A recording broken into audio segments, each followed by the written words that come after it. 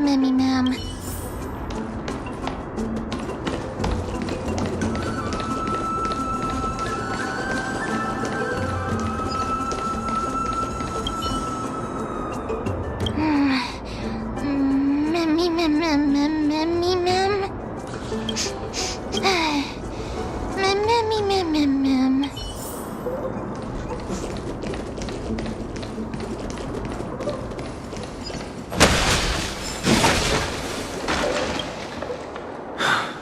It's locked. I can't open it. It was probably sealed in order to ward off the black tide. Yes. Most of the doors on Amphoreous are sealed using the power of Yanis.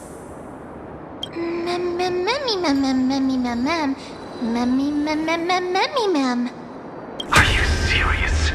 Just a mere door, and your first instinct is to call on the gods? Before you try unlocking the door, perhaps you should first find a way to clear the fog that clouds your vision.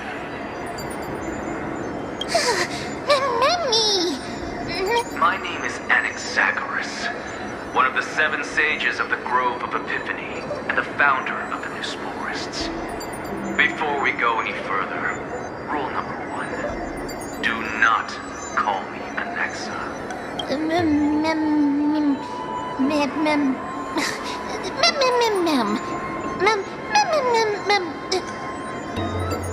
Rule number 2.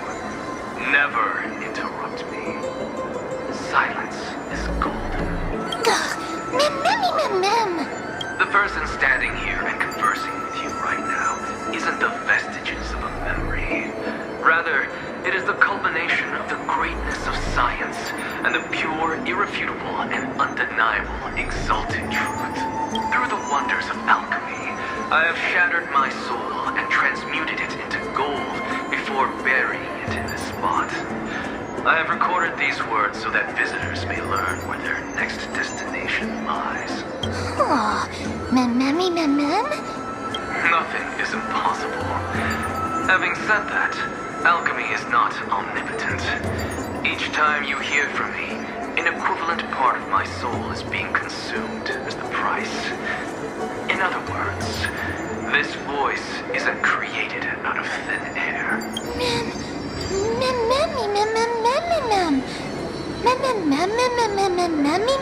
That's because my precise calculations account for every possibility. I also know that you have already discovered the cause of the calamity at the Grove, the black tide, and that you mistakenly believe that the scholars have been wiped.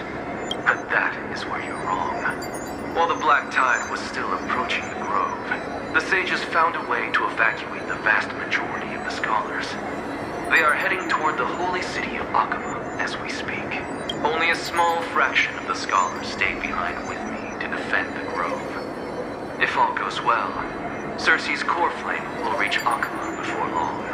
But since you have accessed this message, something unforeseen must have occurred. For now, you should continue onward to the Luminary Throne, where you may retrieve the core flame. And our mortal remains. And now, the objective is complete. That is all. Mister, judging from your reaction, you must have found a useful memory. Professor Anaxa? That's a lot to digest at once. I'm sorry. Please give me some time.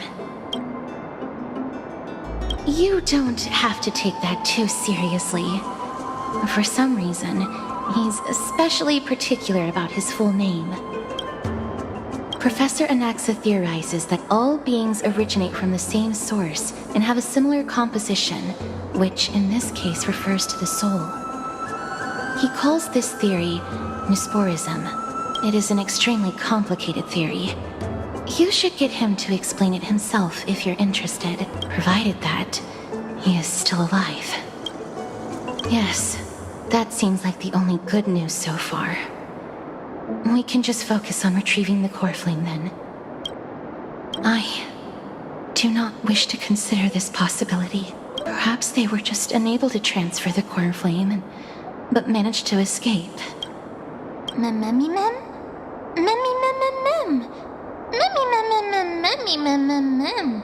It is located at the top of the giant tree and is where Circe's core flame is kept. According to Anaxa, the core flame should still be there, but making our way there won't be as simple as the professor made it sound.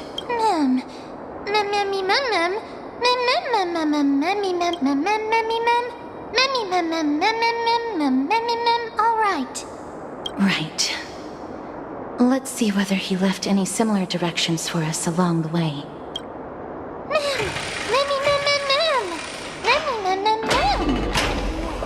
Alchemy is truly incredible.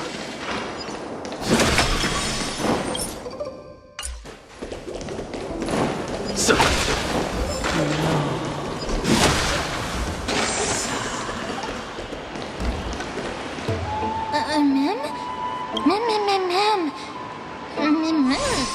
No, you didn't imagine it.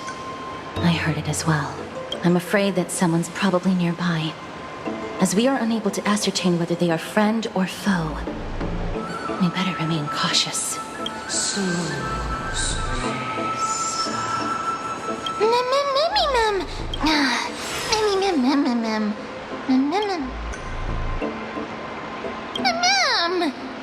Found it.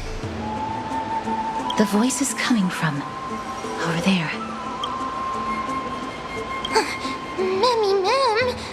No.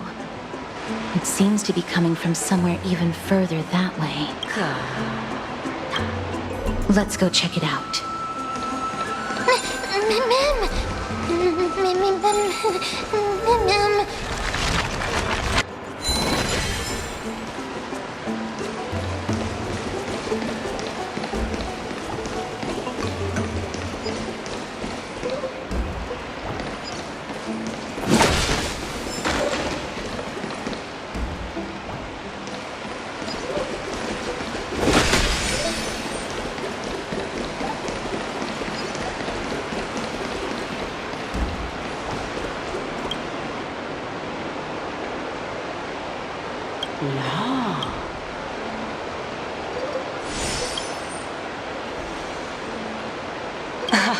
Regardless of what you do, a stone won't be able to speak.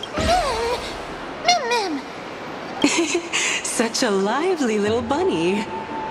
You even smell a little familiar. What a smooth-talking child. I'll accept your praise. Who are you? Keep your distance and identify yourself. Otherwise, you'll face the consequences. The scent of Thanatos. I recognize you.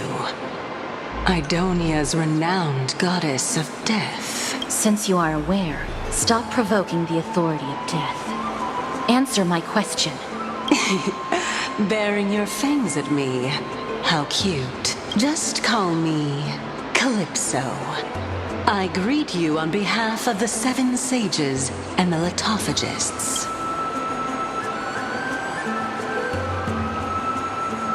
Of course not. Just ask the fair lady beside you.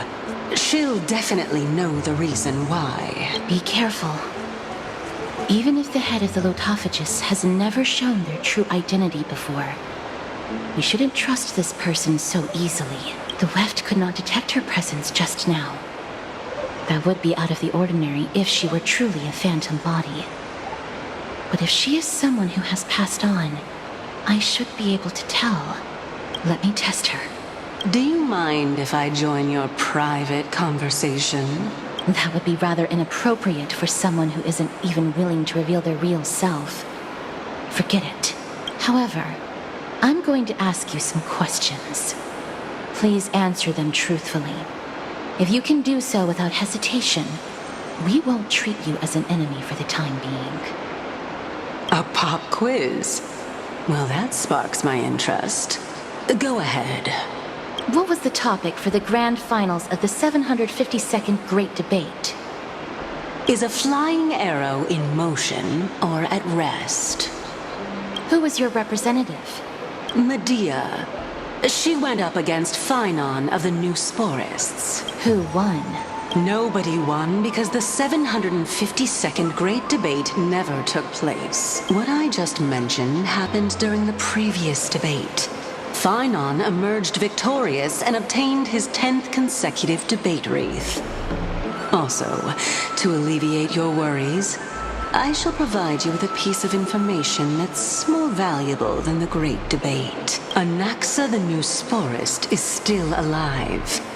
I saved him, and he is now recuperating at the Luminary Throne. So, are you satisfied with my answers?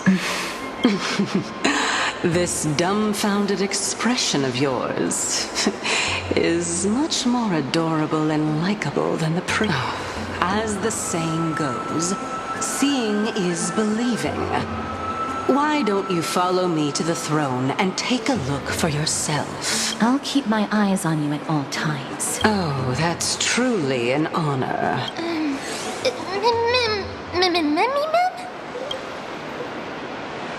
As long as we can get the water wheel turning, we'll be able to use it to ascend. So, the solution is to awaken this heart.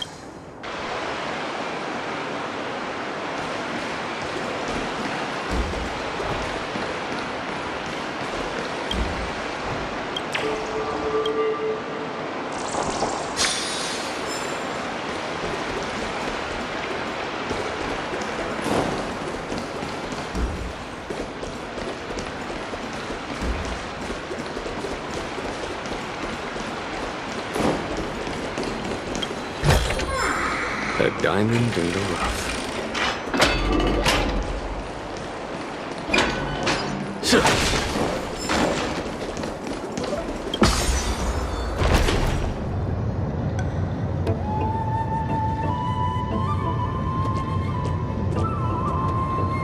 Is that the Chamber of Purifying Tears?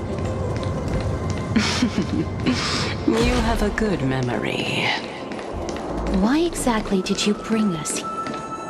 My intention should be obvious. See that shallow pond over there? Water lilies grow there. Initially, Circes watered them with their tears, while Nestia nurtured them with affectionate love. They are a token of the eternal companionship between the two gods. All the two of you have to do is to cross the deep well and retrieve the golden bough of vows for me. Mem.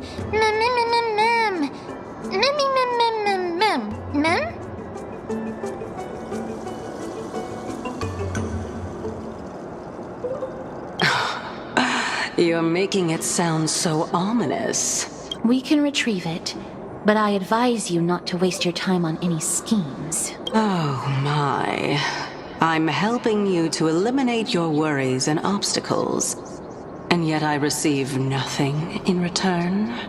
Besides, the bow is essential for awakening the heart and drawing water out of the source. If you can't find it this time, we can just remain trapped here for the rest of eternity.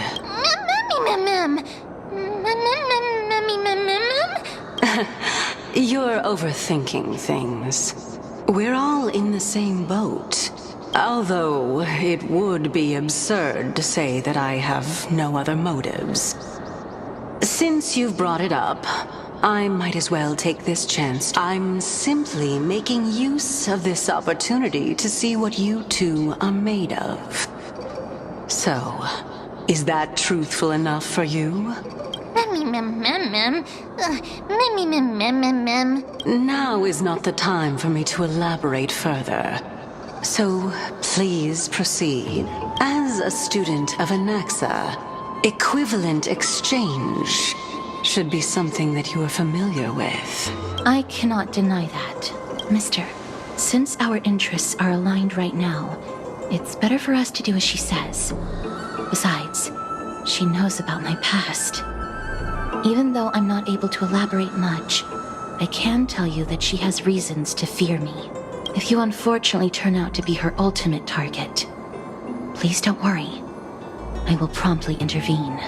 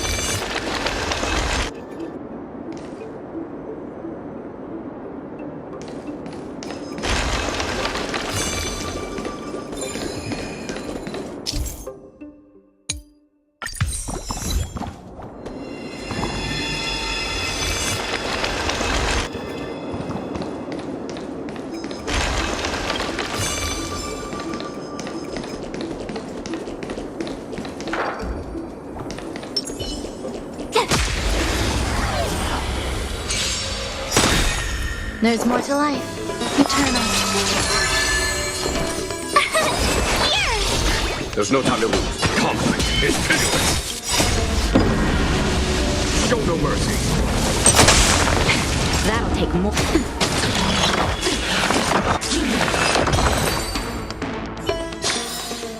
You couldn't have done it without me.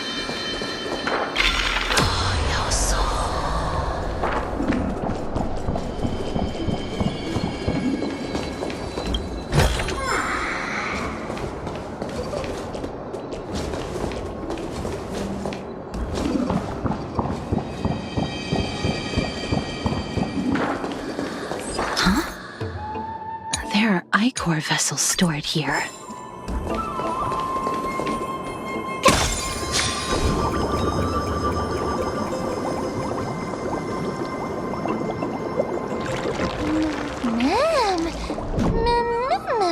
Flowers, ma'am.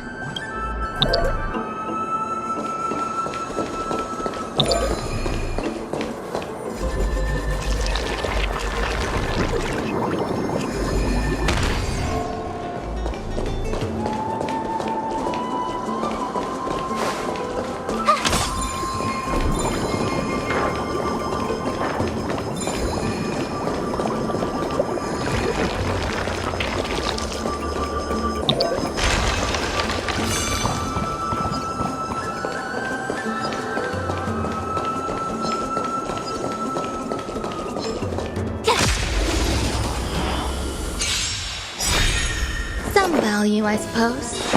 Existence is unity. Follow my charge. Here is thunder.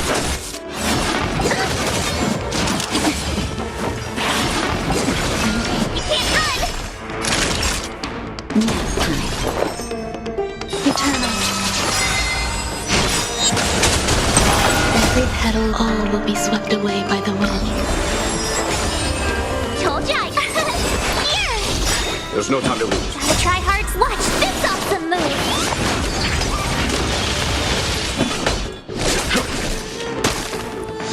Naughty child.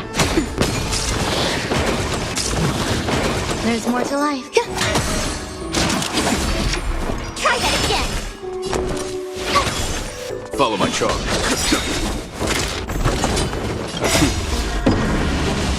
Show no mercy. Existence is unity. Told ya I could...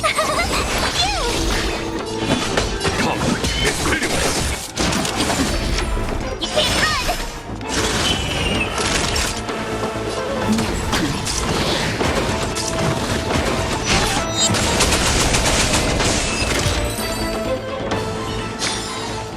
You couldn't have done it without me.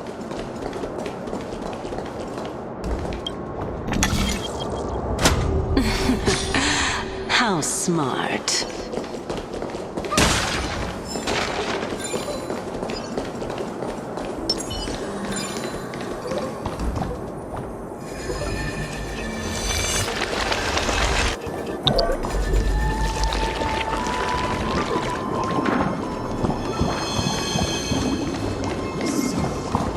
Let's hope hope that this is not a trap set by her. A diamond? So this is the Golden Bough of Vows. I hope that the Titan will not take their anger out on us. So lustrous and beautiful. It's even more magnificent than before. Cal. Mummy mum. Mummy mum. Mummy mum. Understood. My apologies, Pink Bunny. Mummy bunny mum? Mummy. Is this the legendary Golden Bough of Vows? We'll know once we test it. There's a secret passageway behind the pond. It's faster if we take that path. How do you know this place so well? Well, I'm one of the 7 sages after all.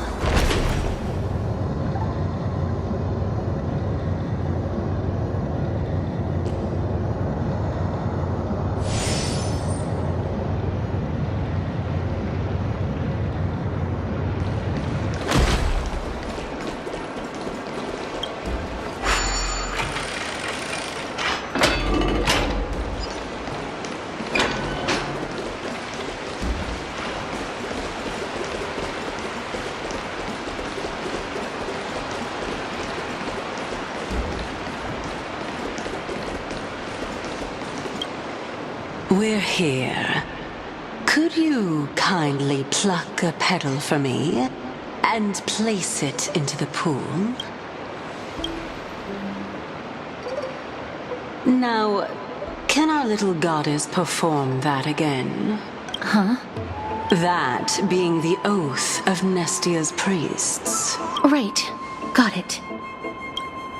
Oh, Nestia, with the weft as my vow, I beseech you, entwine my body with your golden thread and affection. Mum.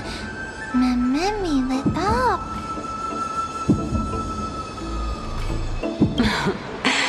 It's just an ancient promise between the Titan and human. So, what do you think? It really is the Golden Bough of Vows. And I did not set any traps for you, right? That is indeed true. You look like a sad, lost puppy. Even if this is indeed a scheme to get you to lower your guard, you don't have any other choice but to play along, do you? Therefore, why don't we just put everything aside and work together? We can always determine who's right and who's wrong once we overcome this. Yes, I agree. Great. Then, let's ride the water wheel. However, giving us half-truths is not the right attitude for cooperation. Furthermore, according to the principle of equivalent exchange, since we have passed your so-called trial, isn't it time for you to make your intentions clear to us? I really can't bear to look at your sad expressions. Although you only cleared a simple trial, I'm willing to make an exception and treat you with sincerity. I'll allow each of you to ask a question. But not the little bunny.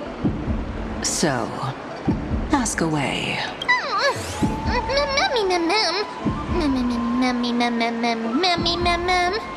Well, in that case, mister, please go ahead. As I've previously mentioned, I'm one of the 7 sages of the Grove of Epiphany. If you think that this answer is insufficient, then I'll add to it. I'm the leader of the 7 sages. Well, it's your turn now, little goddess of death. My question is, was your previous answer the whole truth and nothing but the truth? There's no point in making this unnecessarily complicated. That applies to you as well. However, we do not harbor any hostility. We merely want to avoid any potential harm to us.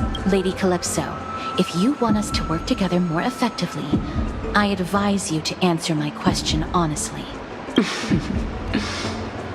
All right.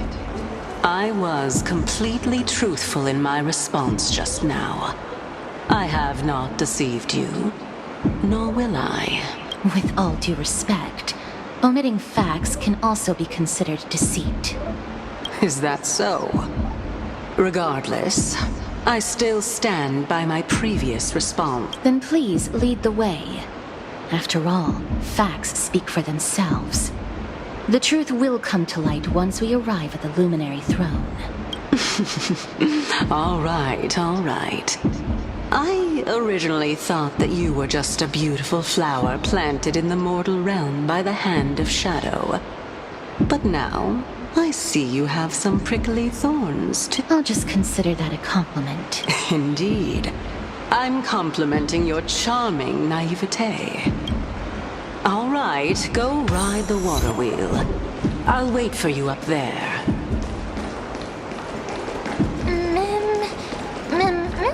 Mem.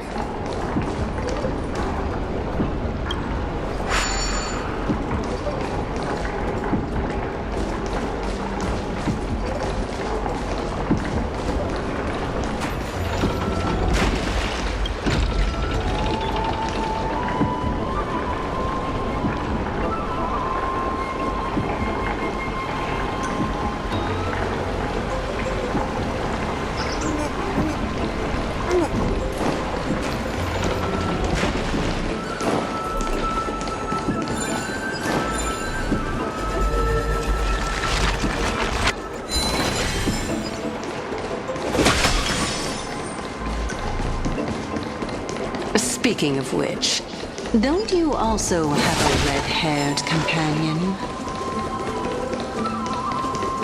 Memmy mem. Memmy mem.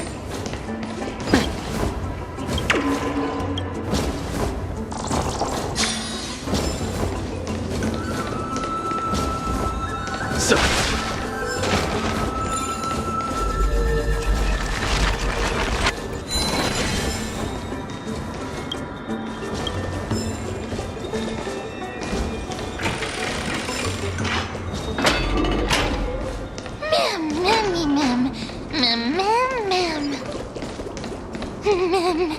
Memmy mem. Mem.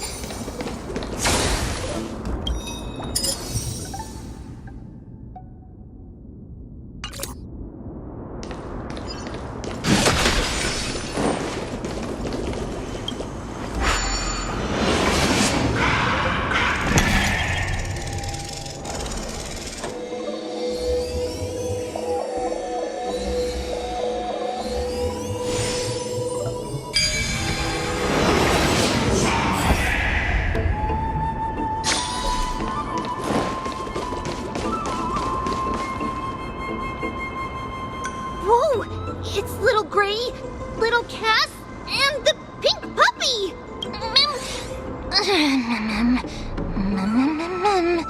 Lady Trianne, are you all right? No! Trianne flew high up into the air so the monsters couldn't reach us! Yup! The spindle that Aggie gave us is so powerful that Trianne seems to have found Nax! He's near the treetop. Even though our perception of him is very weak, it's not like the White Dryads from before. But since Trianne was alone and afraid that it might be dangerous, we did not fly there to take a look. It seems like Lady Trianne did not forget our promise. Anaxa is indeed still alive, and he's at the Luminary Throne right now. It seems like Lady Calypso did not lie regarding this. Huh? Calypso? Who's that?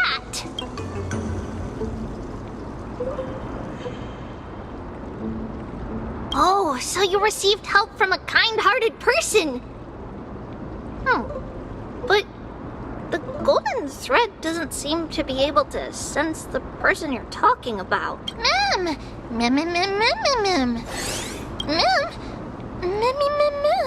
Coming and going without a trace. She's such a strange person. Oh! Actually, Trian also found this. Could this be related to the person you're talking about? This is a piece of burnt cloth. Yup! Trian found it on a branch not long ago. Trian even used the golden thread to search around and found that the entire grove is giving off a similar aura.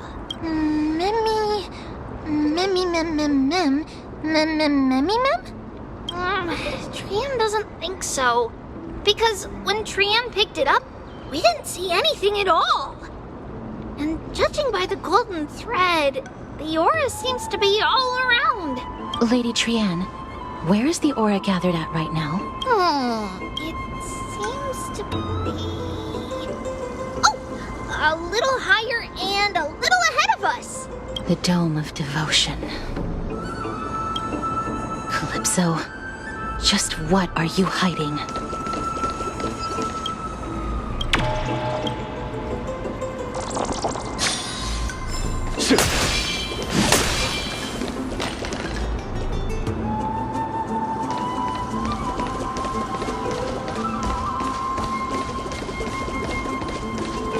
I commend you.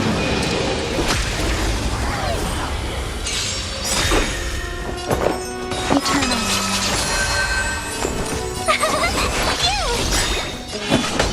Here is thunder. Try that again. Gotta try hard to watch this awesome move. You can't run. Every petal, all will be swept away by the wind.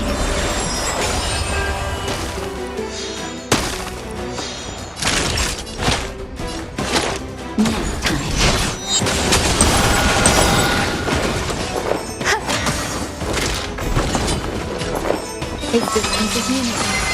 My turn. Here. Conflict is pitiless. Try that again. You can't run. Try that again. Try hard to watch this awesome move. Just a little something. Thanks a lot. Bliss and elegance, eternal. Every petal in light sky, all will be swept away by the wind. Show no mercy.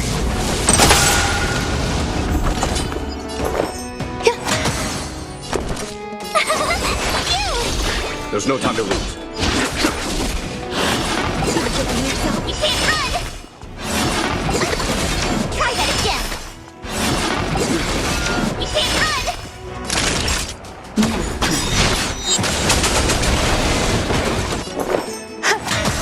Tough luck running into me. Here. Follow my charge. Here is thunder.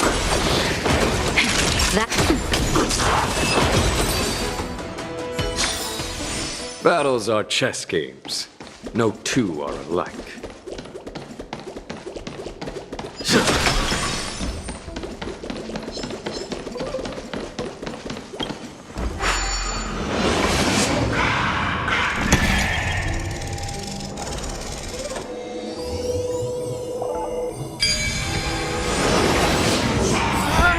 The golden thread is vibrating more and more violently. Everyone, let's be even more cautious. Gotta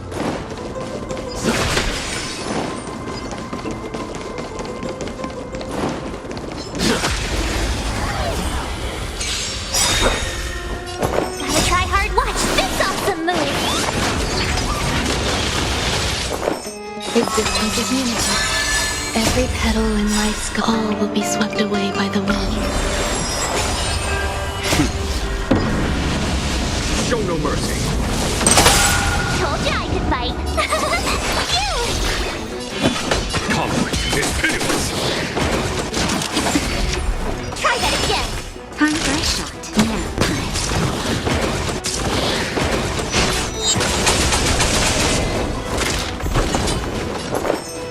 Eternal. Here. There's no time to lose. You can't run. Try that again.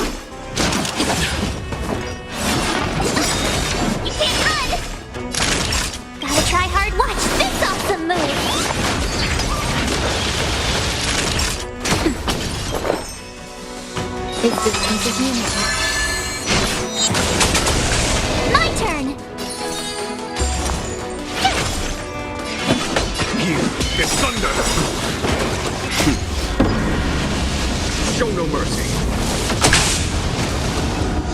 Naughty have nap time. Try that again!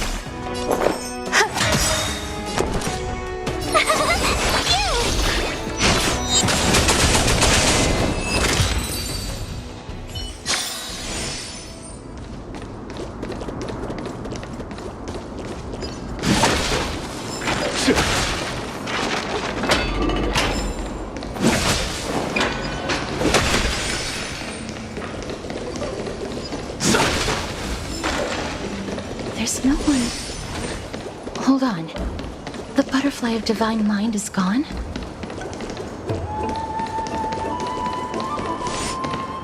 That can't be. Was it for fending off the black tide? Or perhaps... What exactly is this butterfly of divine mind? Is it a very powerful guardian monster? No. How should I put it? It's considered a safeguard for the Titan's core flame. This butterfly is created from Nestia's remaining divine mind and bears the responsibility of guarding the core flame. Legend has it that someone can only pass the trial of the butterfly by proving they possess pure and unselfish love within their heart. Only then can they awaken the great tree to open up the path to meet Circes. But how are we going to prove it? Sorry, but even I don't know how. After all, this is a secret among secrets that only a select few in the entire grove and even Amphoreous know. Rather than worry about this, Lady Trianne, did the golden thread react to anything around here? No. That unknown thing seems to be even farther ahead and higher up.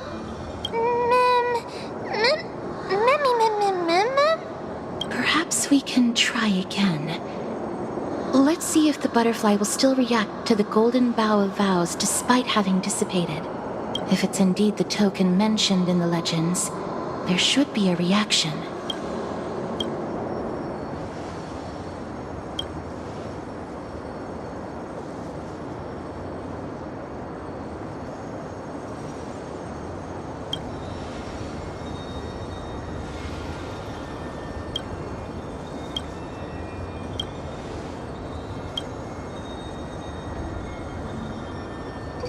Let me give it a try. Oh, Nestia, with the weft as my vow, I beseech you, entwine my body with your golden thread and affection.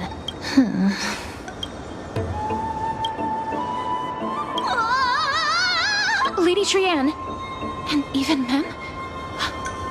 Where have they disappeared to? Little Gray, little Cass, look over here, quick! Memmy is about to burst into flames! The voice seems to be coming from the Star Chase atrium.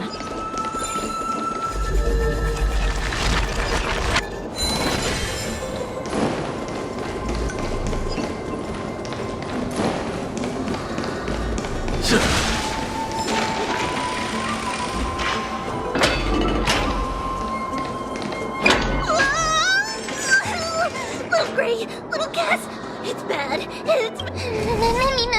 I'm fine.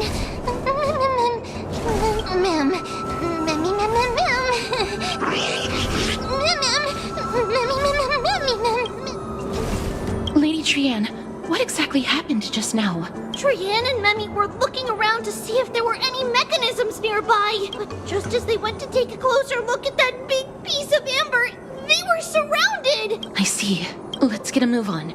The orbs belonging to Ornyx's priest should be nearby. Memmy, Mem. Memmy, Mem, Memmy.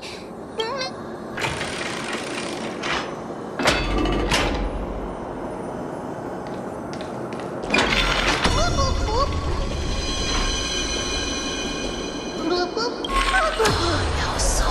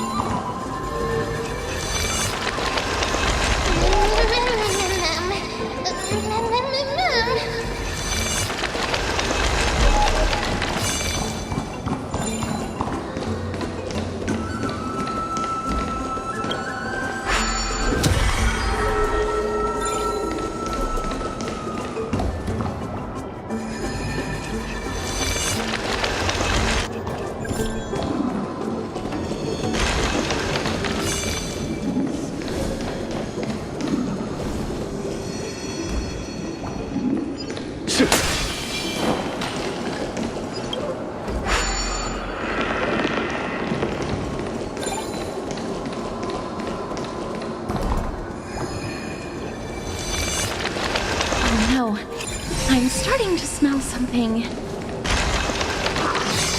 Mem, mem, mem, mem.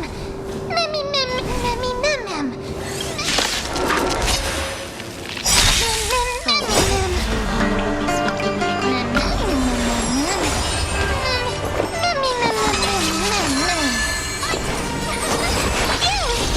Follow my charge. Conflict is pitiless.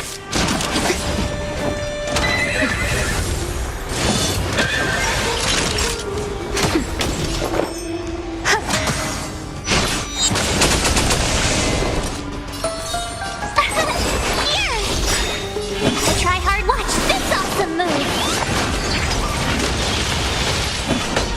Here is thunder. Time for a shot. Nap time. Existence is unity. Try that again. Every petal, all will be swept away by the wind.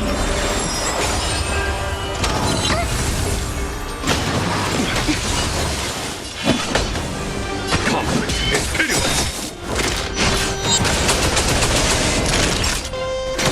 There's more to life.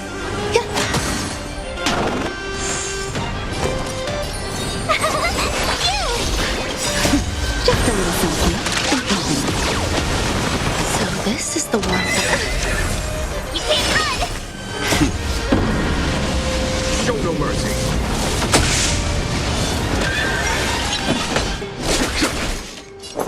Nap time.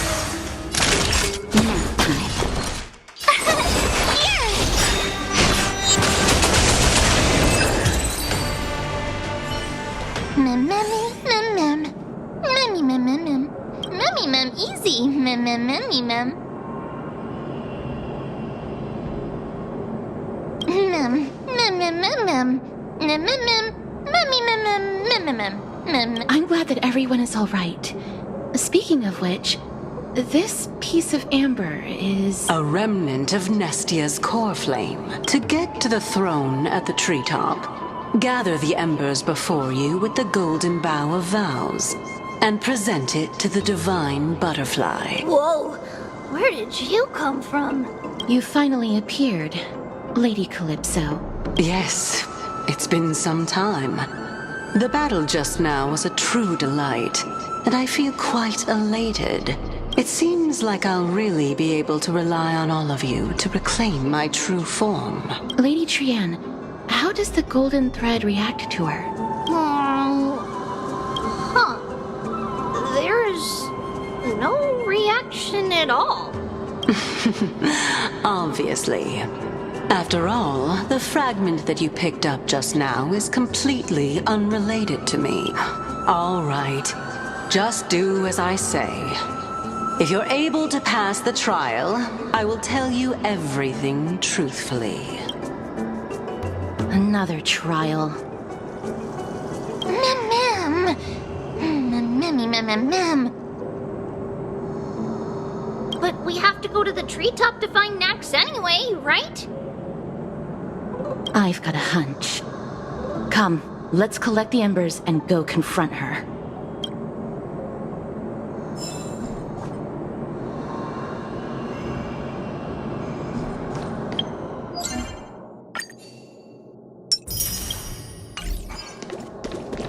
According to Calypso, we just have to gather the embers before us with the golden bough of vows.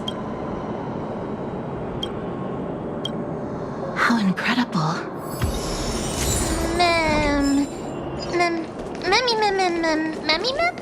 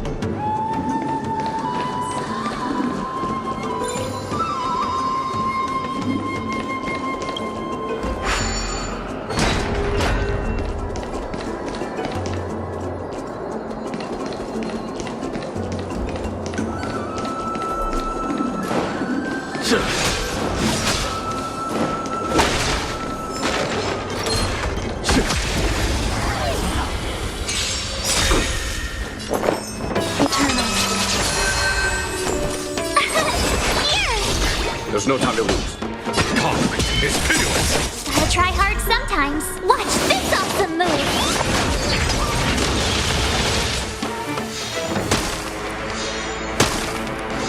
Naughty child. Some value at existence is unity. Every petal, all will be swept away by the wind. You can't run! Try that again! You can't run! Told ya I could fight! Follow my charge. Here is thunder!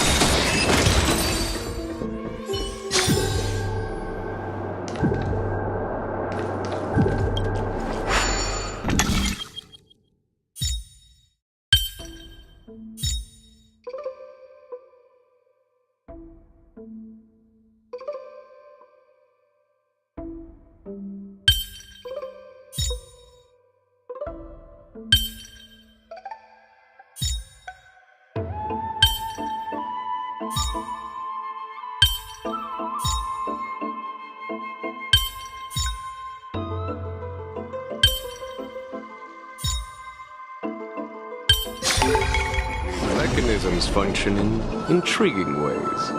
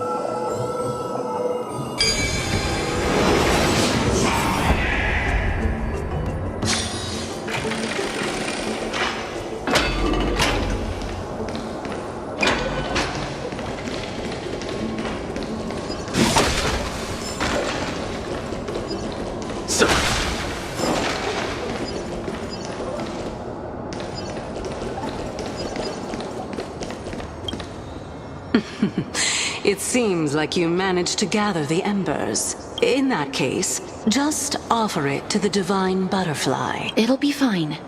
Let's just do as she says.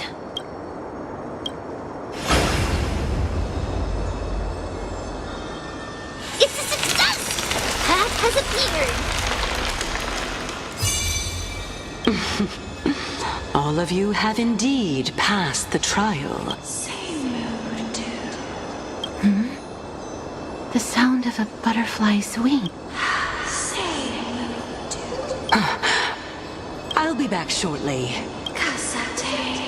Of course, our promise still stands. But now, it's time for me to sacrifice myself. If the West Wind ever ends, let that be the place where we farewell. My love. Lady Calypso, this is... It's nothing much.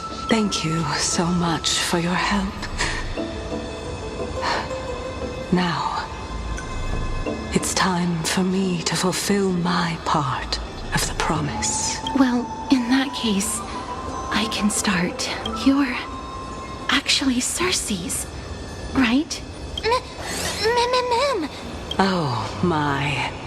The children of humanity have passed the final trial at last. I was wondering when you were planning to expose me. How did you know? The riddle-like trials. Your distrustful yet sincere character, referring to Nestia as your love, and... The head of the Litophagus is actually called Medea, and not Calypso. Since you knew from the start that I was not who I said I was, why did you wait until now to expose me? Because I did not believe that Circes would walk this world in a human form. I was also afraid that the Titans were under the control of the Black Tide and would do us harm. Also, to make a claim, one must have evidence. This is the precious knowledge that I acquired during my time at the Grove. Excellent. To think we were able to gain a new chance at life in the midst of death. Fate truly is a mysterious thing.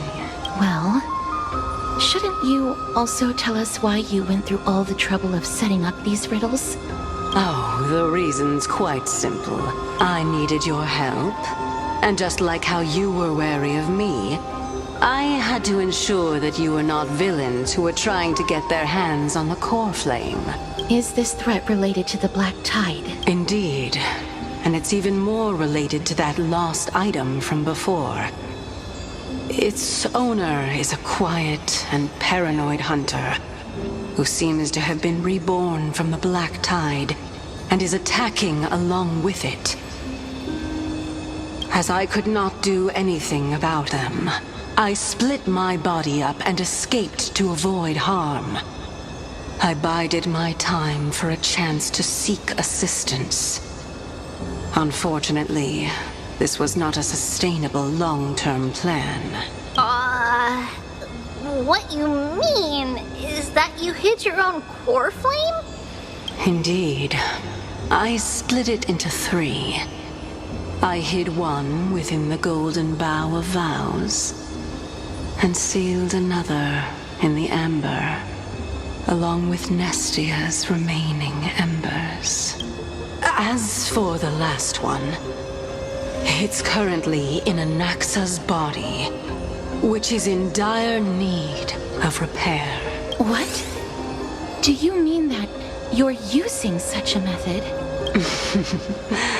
After all, the scholars of the Grove have always been willing to lay down their lives to defend my core flame. As a respected god, it would be too embarrassing if I were to do nothing and simply watch the children of humanity give up their lives for me, especially that heretic named Anaxa. He did not even hesitate to tear his soul apart and use it to perform a miracle. He trapped all the creations of the Black Tide within the Grove so that they would not be able to harm others. His way of thinking was so out of the ordinary that I felt it would be a waste for him to meet his demise in the Black Tide. And so, I decided to save his life. Of course, this also meant that I was able to conceal myself and remain hidden. Mem! Mem, mem, mem! Mem, memmy, mem, mem, memmy, mem, mem! Mem, memmy, mem, mem, mem! What a smart little bunny. This way, I'll be able to regain my true form. And you will be able to bring the core flame and your teacher back to Akama. We'll also take down the black-robed swordmaster at the throne. Together, in one go. But, Circes, aren't you the Reason Titan? Even if I do not have the authority of strife, I'm still a god. I just need you to buy me some time against the warrior's blade. Once the core flame is reformed, I'll be able to show my hand. Excellent. Then just continue climbing to reach my throne. Turn the Golden Bough of Vows into firewood to reignite the core flame of reason.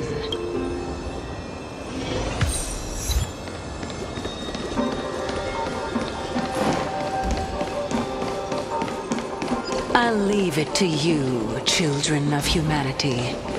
May you be blessed with good fortune. It seems like a fierce battle will be inevitable.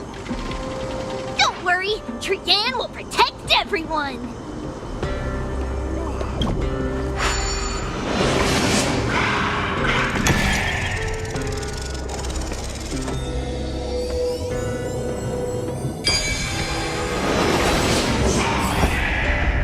lies the Luminary Throne, and also the battlefield that we're about to step onto. Mem. Memmy. Memmy. Is this Professor Anaxa?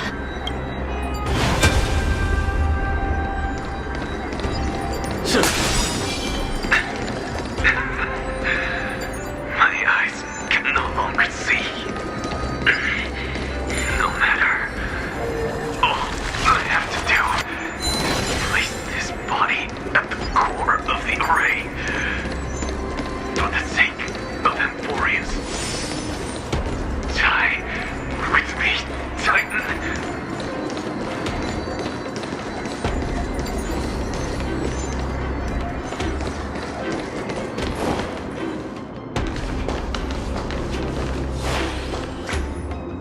Mem. Cersei's was right. He's indeed here. Who is this black-robed guy? Mem.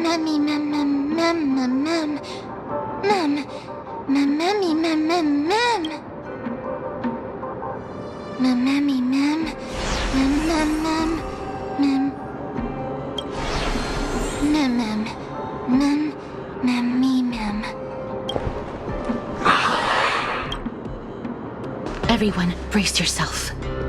This must be the hunter reborn from the black tide that Cersei's was talking about.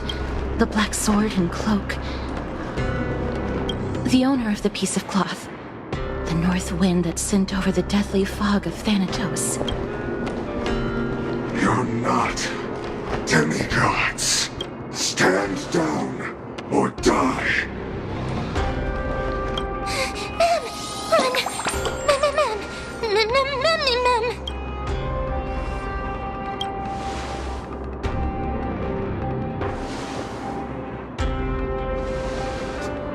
Trian will also protect everyone! Trian is brave! Mister. Only this time, may death protect us.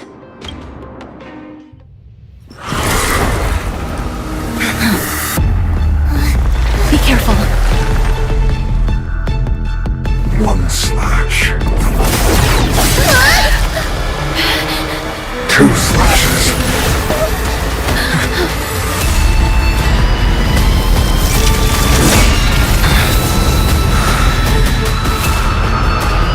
Three slashes are enough. Who exactly are you? What do we have here? Existence is unity. You can't run! Here! Follow my Try chart. hard some. Watch this awesome move! Tolerance is pitiless. Show no mercy. Aren't I shot? So this is the one. So powerful. Cersei's was right.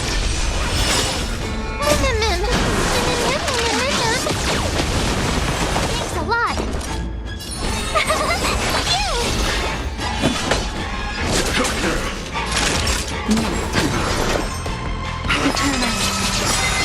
Every petal would be swept away by the wind.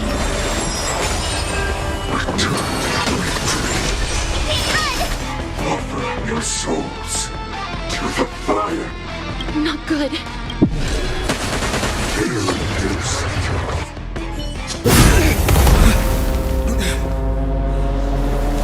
In that case.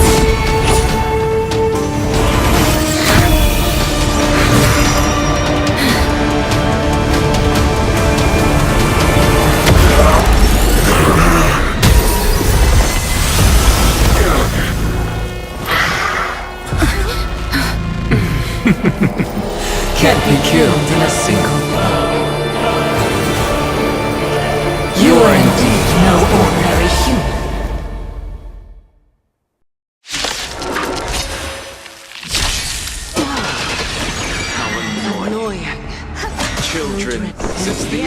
fails, it'll be difficult to find another opportunity. Try hard someone. Professor Nexa? No. It's Cersei.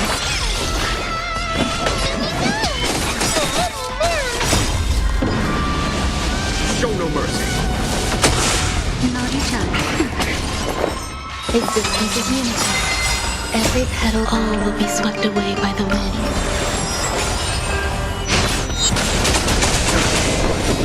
Enjoy yourself. I'm about to be overwhelmed. No! Look out, everyone! This is bad. Century Gate, open!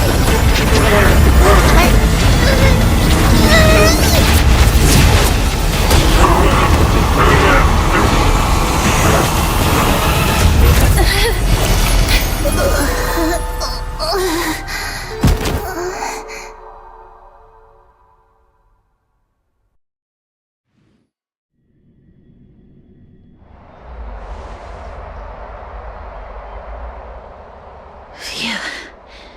That was a close call. Thank goodness that we returned to Akama unharmed.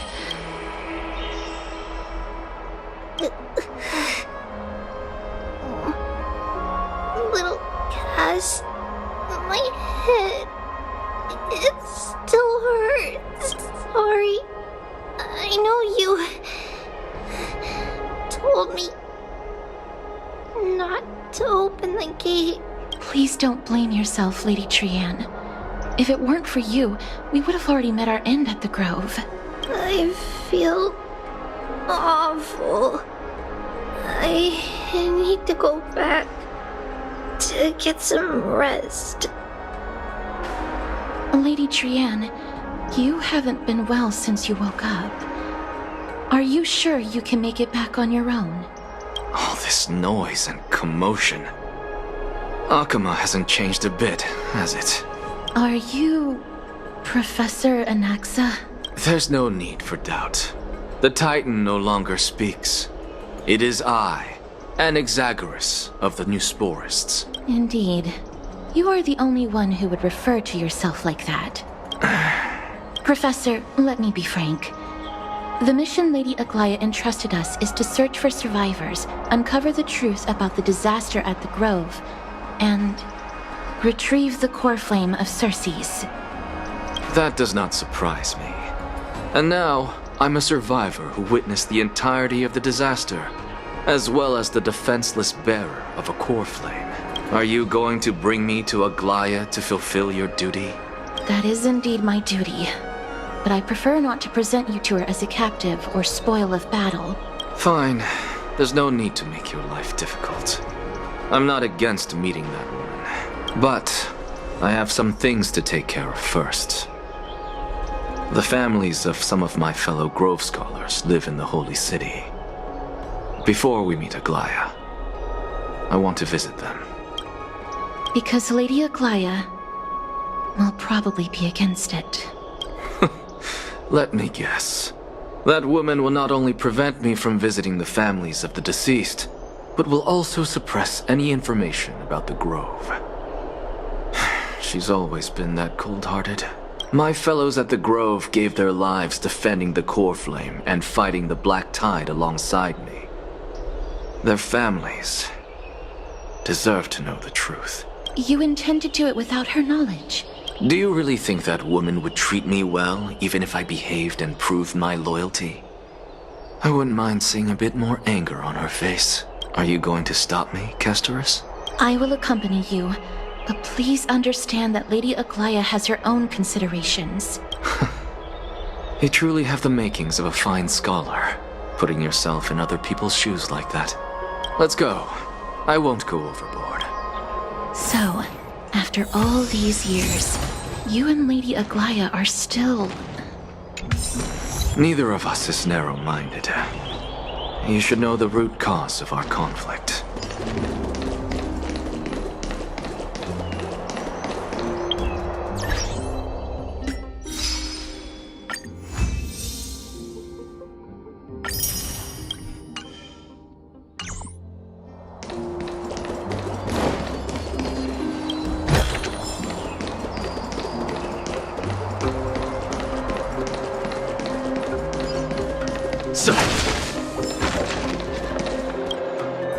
Hello. Hello. If I'm not mistaken, you are Kallinicus' wife. Yes. Oh.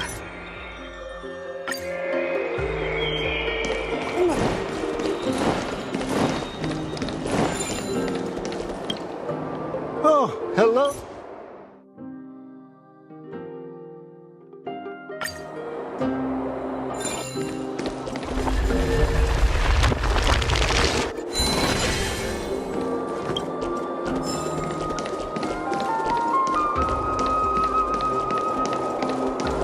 What's Dad talking? What's wrong?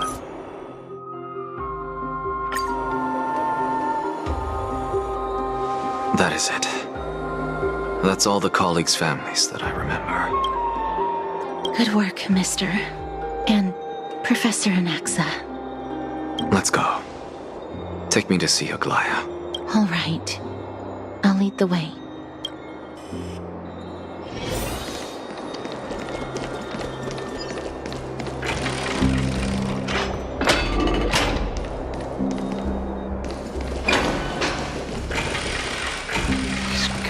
Not the spirit thief.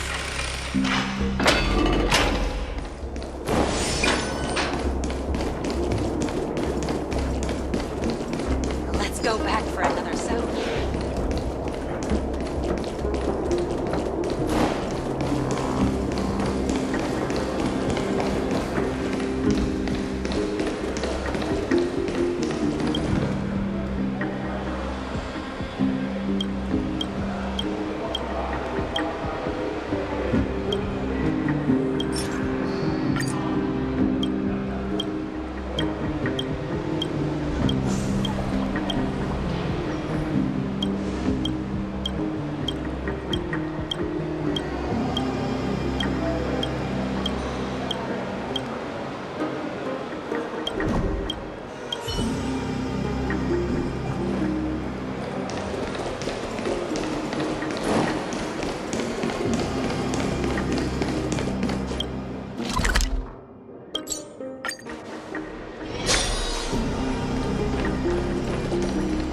Miss Castoris, my lord, you're back.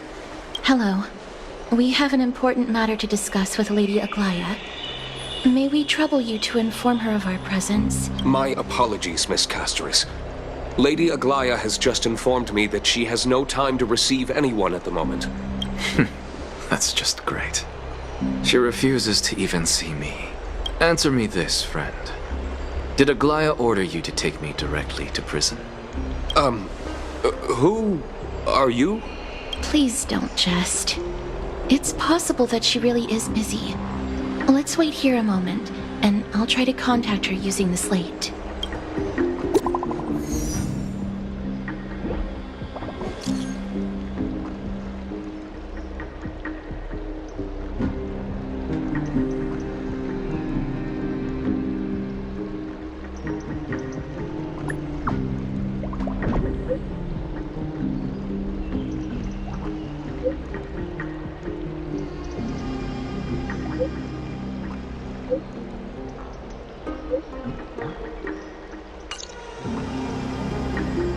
It's fortunate we don't have to confront that woman while I'm hauling around this sick body.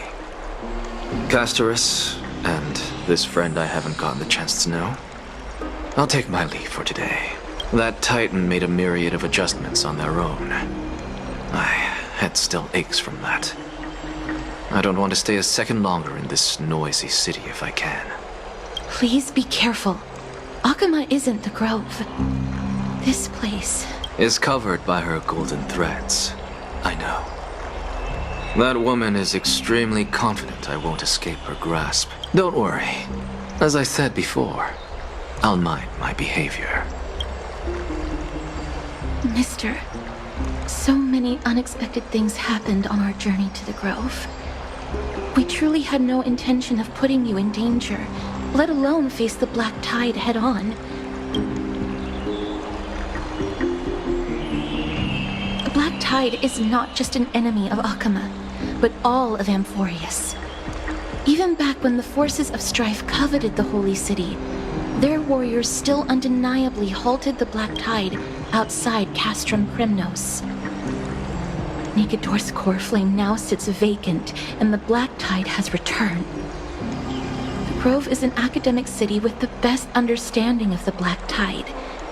It shouldn't have fallen so easily, and yet it was taken overnight, leaving the city in blood and tears, haunted by the spirits of departed heroes. The trial of strife is imminent. I pray Mighty will be able to steel his resolve soon.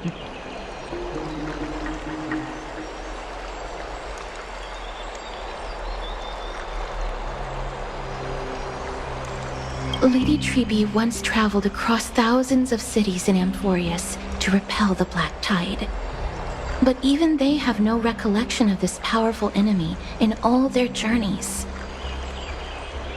Perhaps the fall of strife has triggered even more terrifying events in unseen places. As for me, I detected a strong stench of death from that entity. But it wasn't because it had a connection with Thanatos.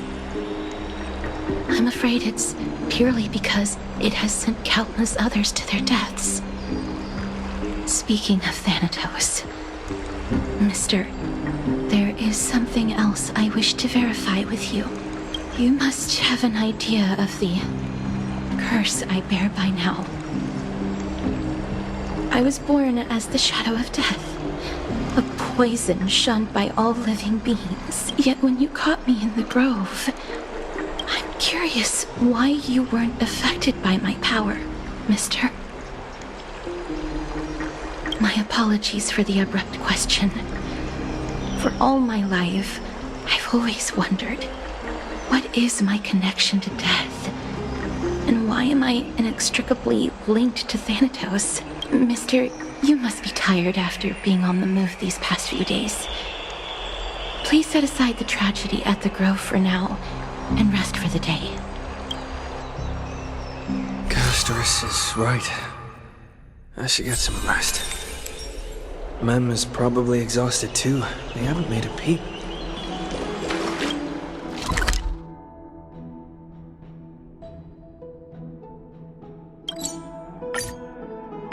I wonder how Dan Heng has been holding up these past few days. I'd love to go in and take a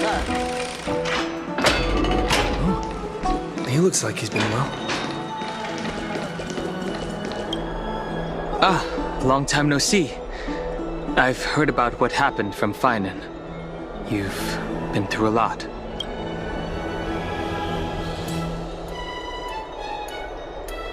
It seems you took things pretty hard. I was organizing logs. I also asked Hyacinth for some research material from the Grove. I discovered something interesting. Do you remember that Amphoreous' sky was sealed away by a titan?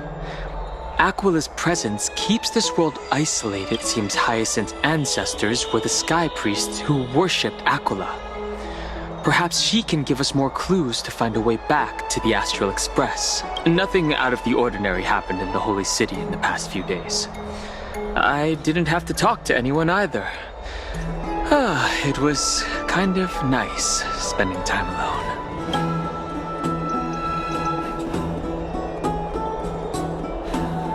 I'm afraid you'd probably find the task of organizing just as awful. You look tired. You should get some sleep before we set off tomorrow. Oh, by the way, I heard some rumors. If you're going to wander around, I suggest avoiding the hot bath.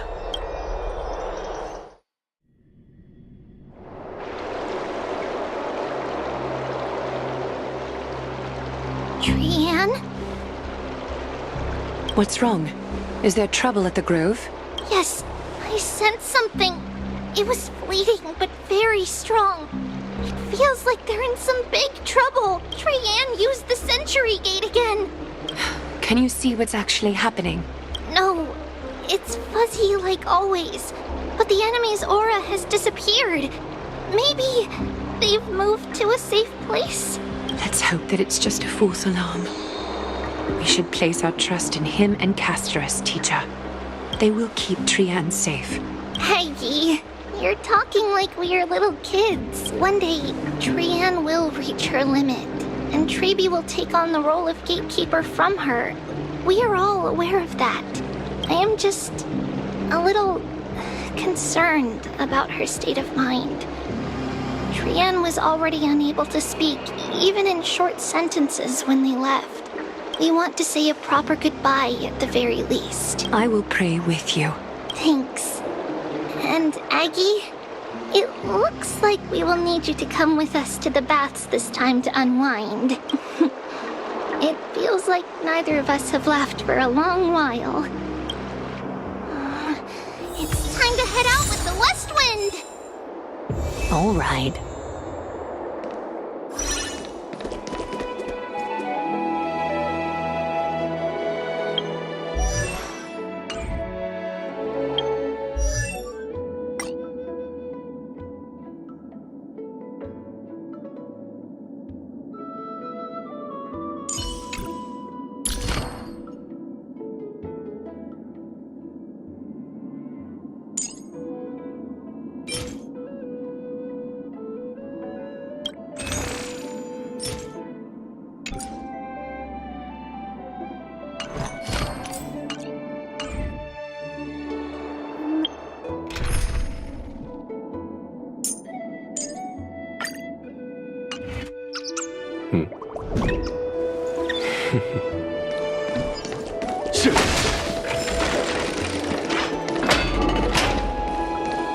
Here's really hot and heavy. Has it always been like this? Is someone injured? What happened here? Watch out! For the Kremnoan! Kremnoan? This is their doing? Aggie, now's not the time to dwell on that. Let's help the injured people first. Excuse me! Oh, you two are here as well. That's a relief. Even the Twilight Courtyard is involved? What in the world happened here? I actually just came to relax. But as soon as I got here, I saw all these people lying on the ground. I've examined them, and they don't seem to be seriously ill. It feels like they've just spent too much time in the hot water. Multiple individuals fainting simultaneously from the hot pool steam? Where is the manager of the baths? He disappeared, and no one knows where he's gone to. Some people have been saying that the Kremnoans are behind this. Lady Aglaya, what do you think about this?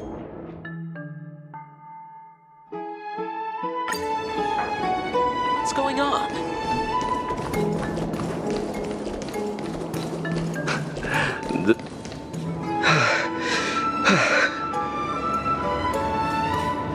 Snowy! Even Snowy! The culprit is Mightimos. Oh.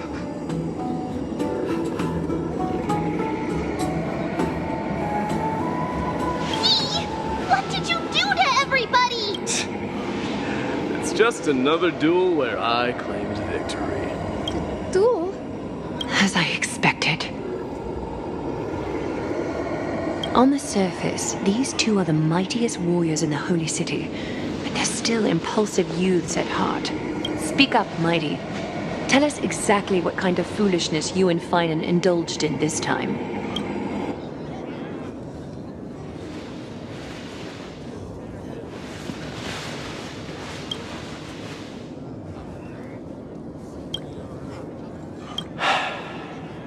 No, none of those sound right.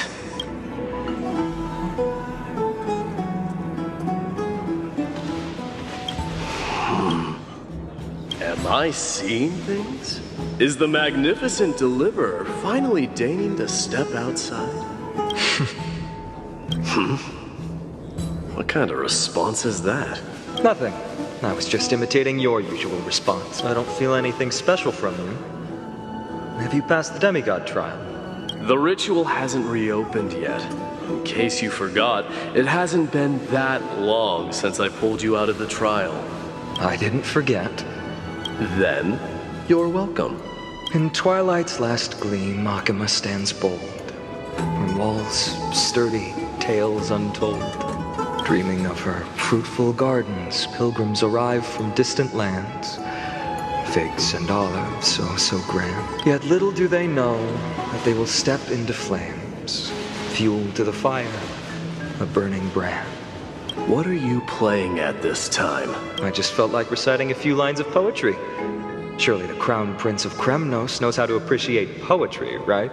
Kremnoans steer clear of such weak literature. But my library doesn't lack collections of this kind. These lines express the poet's yearning for their home, just as Akama is distant from many people's homes. I know how to interpret poetry, Haikis. There's no point in pretending to be profound, my friend. Thank you for helping me out when I was in a tight spot, but it seems to me that you aren't prepared for the trial either. Don't compare your situation with mine. My people are still relying on me. I can't ascend to godhood on my own without first resolving their issues. So, are you suggesting that you, the mighty Mightimos, and the heir to the throne of Kremnos, wish to defy tradition that has endured among your people for millennia? Still thinking about what I should do. Never mind. It's probably not my place to offer you counsel. An idea does strike me, though. Go ahead. Let's see what terrible ideas you've come up with this time. Maybe we both need to relieve some stress. Come, Mightimos, let's recommence our previous competition. This time, we'll see who can stay in the super hot bath for longer. What? Are you chickening out? The phrase chickening out does not exist in the Kremnoan language. I just find this situation absurd, that's all. All-knowing historian, are you not aware that we Kremnoans use boiling water from sword forging for our baths? Looks like I'll have to teach you some royal etiquette today. And thus, an unprecedented sauna battle commences! With unparalleled resolve, the two warriors' determination even alters the very hue of the steam. Flames intertwine with scalding vapor, reaching toward the heavens, shrouding the sky and the sun. The spectacle is so magnificent that none dare gaze upon it directly. Since we can't see what's happening in the competition, why don't I regale you with a tale of kings to pass the time? Do you recall the legend of the Gorgo lion mentioned by a certain veteran? The central figure, the main character, was not the sole sovereign of that land. An oryx stood as its formidable rival long before the dawn of Era Chrysia. The two beasts started their timeless battle on the plains of Tritos. The lion regarded the oryx as its food, while the oryx perceived the lion as a scornful, oppressive, and challenging barrier that it swore to topple with for tens of thousands of years without respite. The two creatures thus continued their relentless pursuit and rivalry. It fixated on its rival's fleeing form in the chase. It set its sights on the other's neck, nearly within reach. It was stuck in a corner. It had nowhere to escape. On the land of Amphoreous, some lives meet their end at dusk, some at dawn, and yet others are fated to perish under the blistering sun at noon. And at last, the most scorching moment of the day descended upon them. The formidable hand of fate heeded their call and My lords, would you like me to reduce the temperature a little? What? You're chickening out already? Get lost. Are you asking me to get lost, or... Do whatever you want. Oh, Please forgive my presumptuousness, my lords. What a spectacle of folly. This is what you get for daring to challenge a Kremnoan without understanding your own place. What I'm saying is, your little game dragged down quite a few innocent souls alongside you. We will personally escort back home the customers left awestruck by our formidable presence. This isn't fair. You are wearing way less than I. Is this the latest trend now? Getting into the baths while dressed in full armor? Don't look at me like that. It was he who challenged me. There is no word for flee in the Kremnoan language. Very well. Let us bring this farce to a close, shall we? Warriors, it's time to get moving.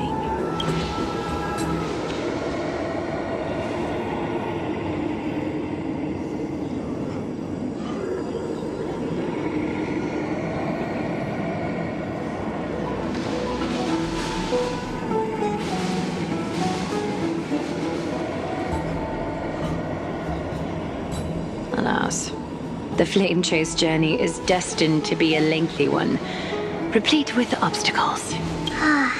But thanks to those two, all the gloom has vanished into thin air. Oh, we just had quite the commotion. It's not every day we find the Marmorial Palace this serene. Shall we continue with our previous plans? Hyacinth, would you care to join us? Such an empty bath is indeed a rare sight. I was looking forward to unwinding after work. I'd be delighted to accept your invitation, Lady Treeby. How about we go to the biggest bath?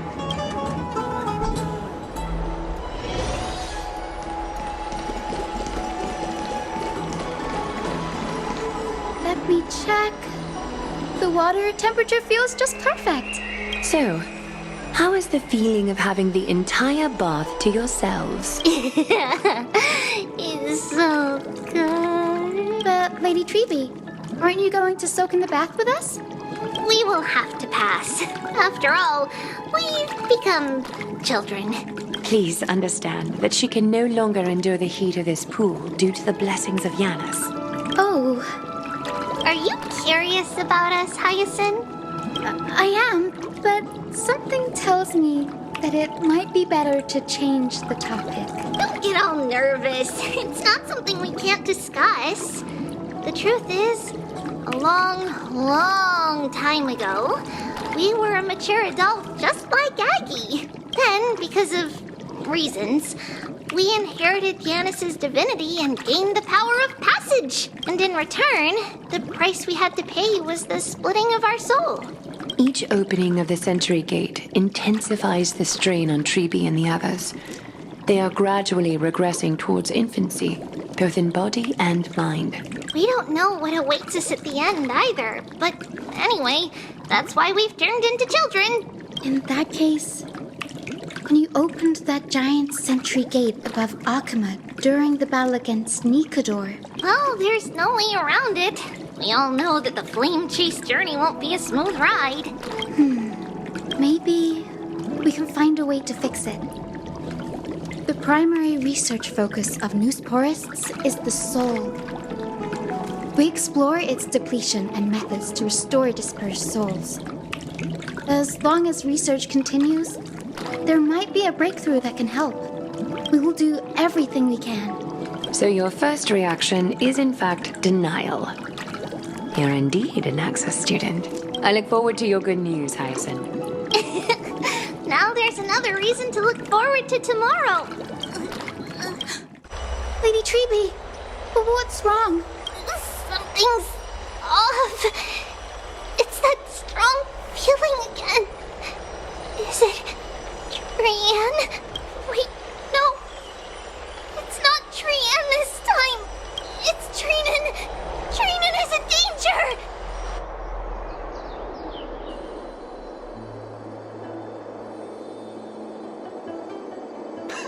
I win this round of escorting the bathers home.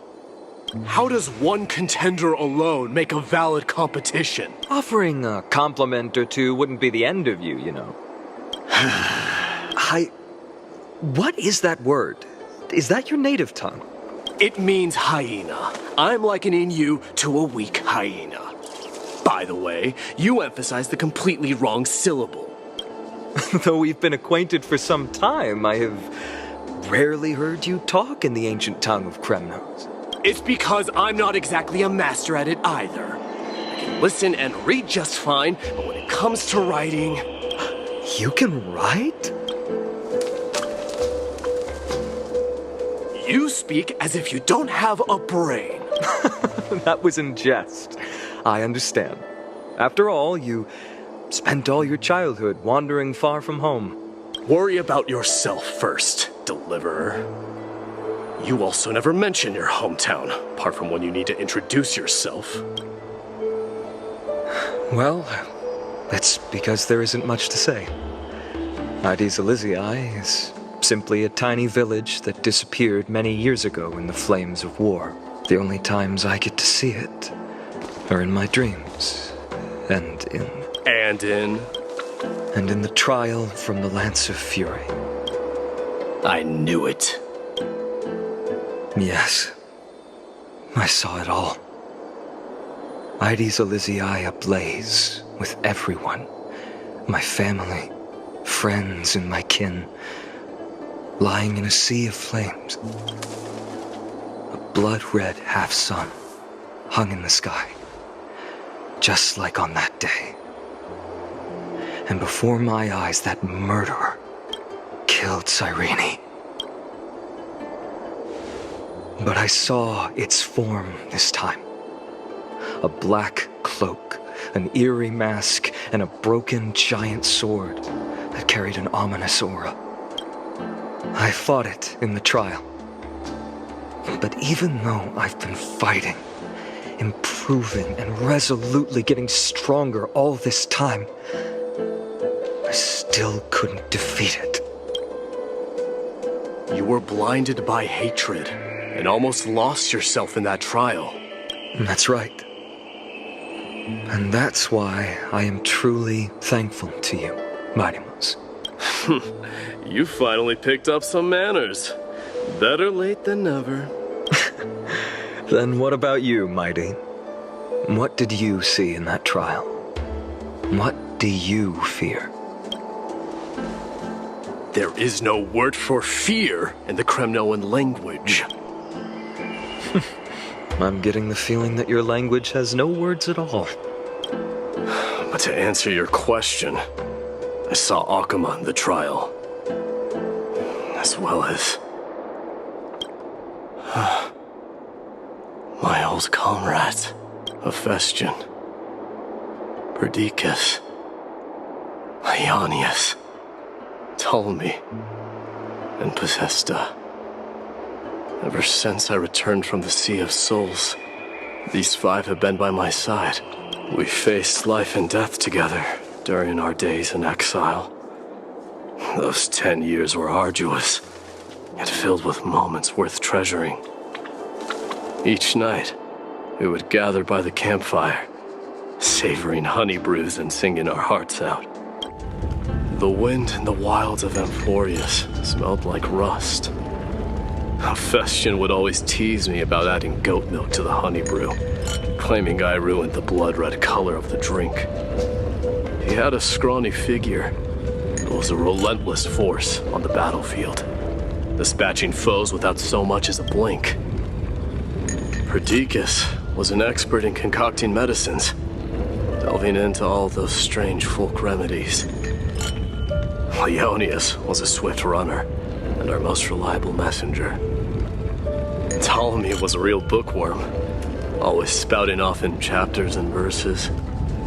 When we left Kremnos, he made off with a stack of ancient tomes from the Grand Library. Not like it mattered, as my family owns the library. And then there was Possesta. He was the silent type, but a truly masterful musician. This is the first time I've heard you mention these five, and their names. They died on the battlefield before the Kremnoan detachment managed to join Akuma. Perdiccas was the first to go. He was shot in the stomach by a poisonous arrow from the people of Ladon in the second month of cultivation. In the end, his remedies mended all but himself. Midamos, do not mourn. I have achieved honor by bestowing a noble death upon the enemy. Leonius died in the 5th winter. Idonia's snowstorm lasted 3 full months. On the night of the fiercest storm, our foes launched their assault. Idonia. Is that the city Castorus used to live in? Yes. Those zealots were as fearless as Kremnoans in the face of death, but they lacked respect for honor. They cornered us in the bottomless swamp. Leonius covered for our retreat, and they cut his legs off. He vanished into the mire of a foreign land, his body never to be recovered. This is perfect. Mighty Most, I can finally deliver the news of you ascending the throne to the Nether Realm. 20 dusks later, we finally breached the walls of Idonia and entertained the tyrant's plea for peace. However, the rebels refused to surrender and set up an ambush within the city. Ptolemy and his cavalry met their end before they could even relish our triumph. Those obelisks that collapsed after being set on fire became their final resting place. Midamos, please tell my family. It was not cunning schemes that vanquished Ptolemy, but the immense weight of Amphoreous' entire history. Then, it was Pacesta. He lured the enemies into the city of Aenionis with his melodies, buying us invaluable time. Our enemies, consumed by indignation when they discovered the trick, set the entire city and my soldiers on fire. His final words were recorded on a small clay tablet, fractured by the flames. Midamos, don the crown. And at last, my most trusted friend, Hephaestion. He was supposed to stand by my side through it all. But a sudden relapse of his illness hit him on the eve of my duel against my father. He hid his condition from me. By the time I returned victorious, he had but a breath left in him. A Kremnoan dying on a sick bed. I would be a laughingstock to everyone. Hephaestion, my dear friend, spare your strength. I'll go get a physician. No need. Even if Perdiccas were here, he couldn't stop destiny from taking me away. No! None can take you away.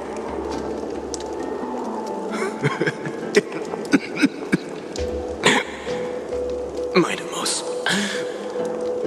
our king, do not shed tears for me. It's not befitting of your status. Farewell, my dear friend. You must lead us back home. What a grave trial indeed. Now I understand why you see immortality as a defect, or even a curse. My father threw me into the sea of souls to break the wheel of karma. But little did he realize it would grant me an immortal body and summon a fated revenge on his head. Following his demise, I considered leading my people back to our homeland. Kremnos had already turned it into a wasteland. Only darkness and insanity thrives there. Against the dissent of many, Crateros included, I made the Kremnoan detachment stay in Akama. But I know that their glory will never be doused out. The instant of strife shall inevitably arrive. If you take over Nikador, then you must begin the journey back to your homeland. So, you hesitate because you think leaving your people in the Holy City is a better choice? I don't know. But I have never been crowned. Those 5 were never endowed with any titles. None is aware of their glory. Your predicament is truly complicated. I don't know how I can give you any useful advice. Maybe you could seek counsel from more people, such as the Grand Craftsman. Cartonis' people seem to have been through comparable dilemmas. And that teacher of yours, Crateros? Dee, we've got a big problem! Big problem! Lady Tribby, what's making you so flustered? Hurry up and go save Trinan! She got abducted by Crateros! Crateros! What's going on? Mighty-Mos. It seems I was the one who exposed my vulnerabilities first. Aglaya, I demand an explanation. This man abducted Trinan by force and forced her to bring him to the vortex of Genesis. He then brazenly stepped into the trial of the Lance of Fury, and naturally failed. Is she telling the truth? Why did you do that? Because I don't want to wait anymore. Your hesitation made me desperate.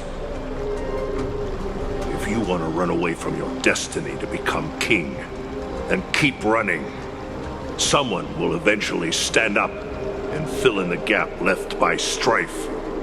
Then they will lead our people home. Age has blinded you, teacher.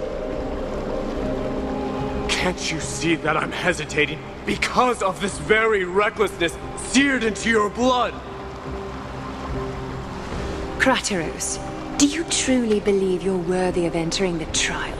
To blaspheme against the prophecy? Does the mission we Chrysos heirs bear seem like child's play to you? Do you know how the Kremnoans see you, Aglaya? You're a hypocrite and a megalomaniac. The prophecy of Genesis and the Flame Chase journey are just excuses for you to seize power. Silence, Crateros. Do you even know what you're saying? Are you defending this woman, Mighty-Mos? How many wars did people start because of her and her so-called prophecy? How many cities fell in the past millennium, their people massacring each other? Even if this so-called Genesis really exists, will there be a place for the Kremnoans in that new world?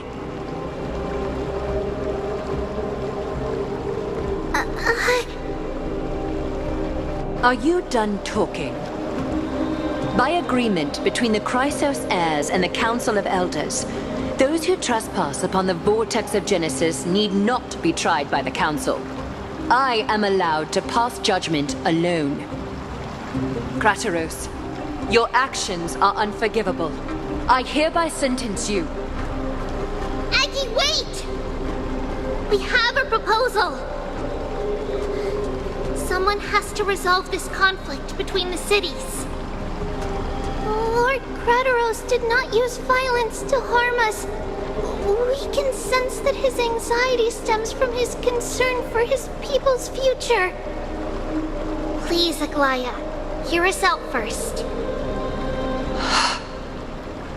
I'm listening. I'm sorry, Lord Krateros.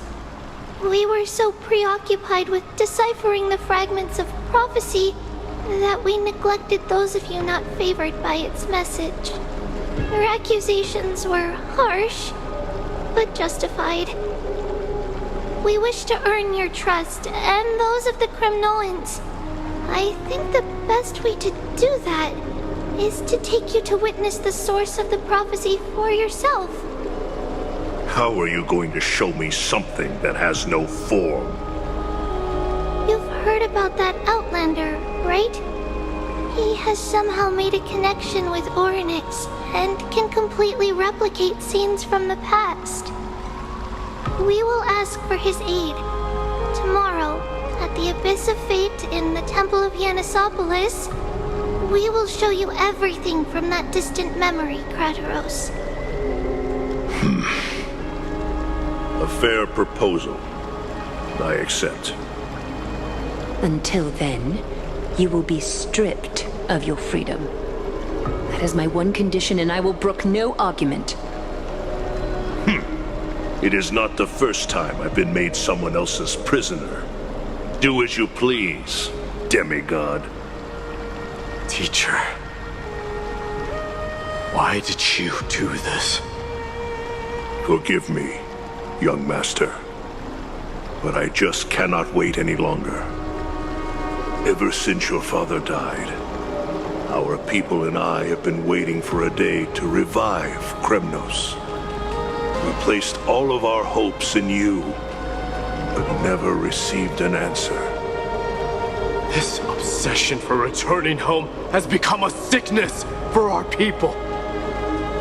Wise as you are, I refuse to believe that you can't see the truth.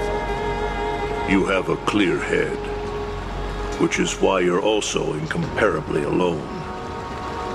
A smart person can only choose to tangle himself with the mundane of this world. If you're truly capable of leading our people beyond this blood-stained fate, then prove it to me once more, Mighty Mos. Just as you did back then.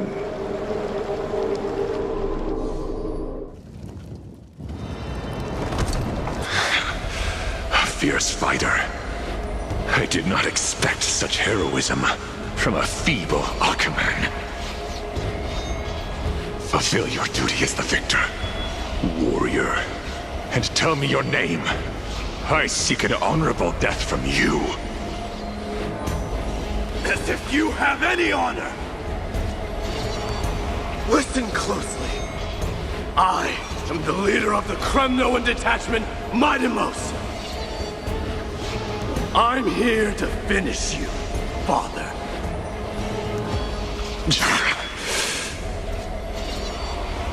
It's you.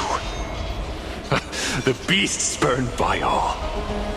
So you did defy death. The prophecy was true. You will bring an end to my Kremnoan dynasty. Defy? You're wrong. Death fears me. It's the reason I have this body of steel. As for you, you already stand at death's door, Father. You were the one who threw me into the Sea of Souls. The one who tried in vain to enslave a Titan. And the one who desecrated the body of a god. Haikis! You're a weak king. So weak that even the lowliest hyena is a more noble existence than you. Now, fate's reckoning is upon you. Then swing your blade. Take my crown. Coronate yourself with an old king's blood and inherit it all. Become the new rightful king of Kremnos. No. I don't want the crown. Listen. There's only one end for the kings of Kremnos. Then the crown means nothing to me. All I want is your life. To avenge Mother and my comrades. But the walls of Kremnos won't fall with me. Do you truly think you can escape fate's grasp, my son? You and I, we're both the same. We feast on strife and fear. Now kill me! The son of Gorgo is destined to be crowned in blood!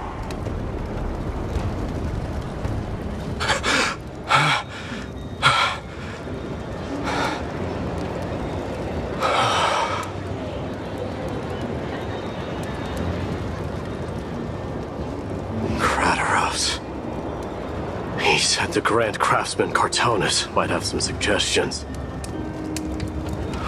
Might as well go see him. Grand Craftsman, how have you been? King of Kremnos it is. That you would come, I knew. You knew I was coming? Your matters, I've heard. The path forward you seek. Many questions you have. But before that, take this. What's this? A signet ring for the King of Kremnos. Belonged to your mother. Recast and restore it. I did. What? Mother threw it into the Sea of Souls. A long time to fish out it took. Very fortunate we were. I can hardly imagine how much patience and courage it must have taken to find such a small signet ring in the Sea of Souls. I owe you one. Gratitude there is no need for. Repayment for saving me, this is. Questions you bring with you. Ask now. Fate I've always denied. It's finally caught up to me. By all rights, I should accept Strife's authority. It would make everyone happy. The Chrysos heirs, Council of Elders, the Kremnoans. Even the bards who will write it all into song. Yet hesitate still you do.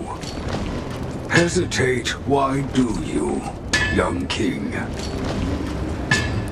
Because of my people. Be they men, women, the elderly or children. Hearts of all Kremnoans yearn for hope. They've all been waiting for this day. For the day their king returns. Children of Strife would then be able to go home and embrace the old traditions. Never mind that most of them have only ever been heard in these so-called traditions and song. They would then gather around their king and throw themselves into battle. This is not a good thing, you believe. The Kremnoans have been trapped in a cycle of bloodshed for the past 1,000 years. They seek vengeance, start wars, become prosperous, and decline. How much innocent blood flowed into the River of Souls in all those years? How many needless sacrifices could we have avoided? I accept that fate, become the totem of strife, and lead my people into repeating the same mistakes. And of course I would be terrified. I'd be terrified of becoming king.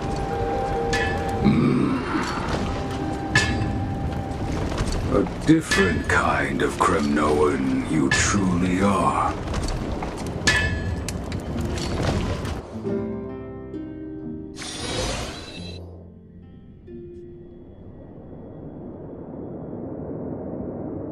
Mama, I had a dream last night. Oh, now what did you dream about, my darling Trebios? I I had a dream that I turned into many me's. Then we made the moon into a ship and made the stars into our sails. Then we floated on the ocean and let the wind blow us in any direction it wanted. Well, that sounds like a lovely dream. Yeah! The ocean and the sky were really, really dark. But there were so many of me that I wasn't scared at all because we'd all sing together. The ocean wind blew us onto an island where the wind tasted like flowers. There were bleating sheep and chirping birds inviting us to be their guests. There were so many animals on the island, but none of them ever fought. Yanis's holy maidens can receive guidance from the god of passages. Perhaps what you saw in your dream is a divine land somewhere in Amphoreous. You think so? What's wrong, Trebios? You look unhappy. Because on that same island, I saw a dark mountain on the other side of the ocean. And it was very, very tall. The mountain looked alive, and it kept getting closer to the island. Then I realized it wasn't a mountain, but a very, very tall wave made of water. When the wave smashed against the island, it looked like it was going to eat the island up. The small animals tried to chase it away, but they couldn't stop it. Then there was a bang and I woke up. A dark wave. Mama, does something that scary exist in real life? Yes. Unfortunately, it does exist in Amphoreous, but it's very far away from our temple. We call it the Black Tide, though it has nothing to do with water. It has no shape or form, but it can swallow up animals, humans, and even titans, turning them all into monsters. Oh, the Black Tide is a baddie. I don't want everyone to turn into its food. Can't we chase it away? Of course, my dear. You only need to behave well and listen to what the adults tell you. Study all the knowledge and etiquette you need, then grow up and become a proper holy maiden. The divine Yanis will then give you guidance and help you light the way for the people. Wow, I'm gonna eat a lot and study a lot and become a holy maiden. But Mama, you said the Black Tide can swallow up titans too. What do we do if even Yanis is eaten? If that happens, then the Holy Maiden will have to be the one to guide people on the right path. After all, we are the human avatars of the God of Passages, yeah? Yeah! But one person alone is not enough. Once you're older, you'll make a lot of friends. You must do your best to unite them, because that's also our duty as priests. Friends? Are they also like me and Mama with pretty red hair? They might not, but they'll certainly be just as smart and kind as you. Mama? Am I dreaming? Don't be silly, dear. Of course you're not dreaming. I've always been by your side. What? Now be a good girl and call your friends over too. Let's play hide and seek, just like we used to, okay? My Trebios is the smartest girl. I'm sure they remember where everyone is hiding. The voice sounds so far away. I don't remember. Who am I looking for? Your friends, who will chase the black tide away alongside you, of course. Is this from my childhood? I don't remember.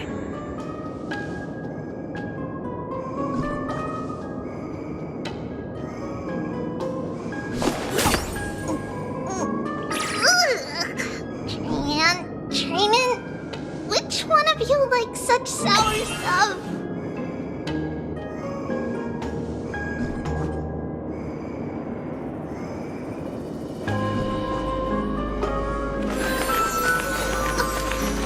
It's a letter to the future. Watch, we'll deliver it as fast as we can. Let's go.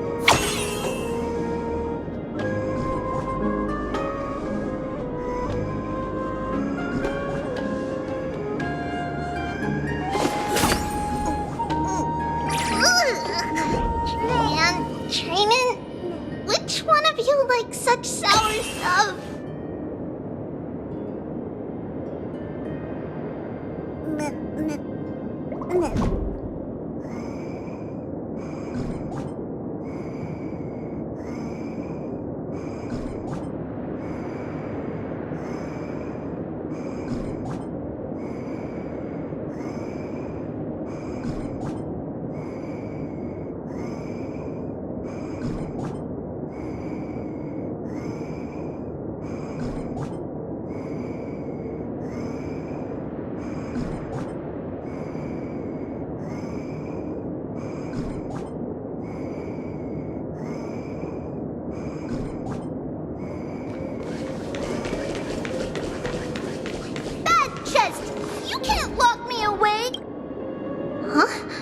Why is this doll inside a chest? It's holding a sword.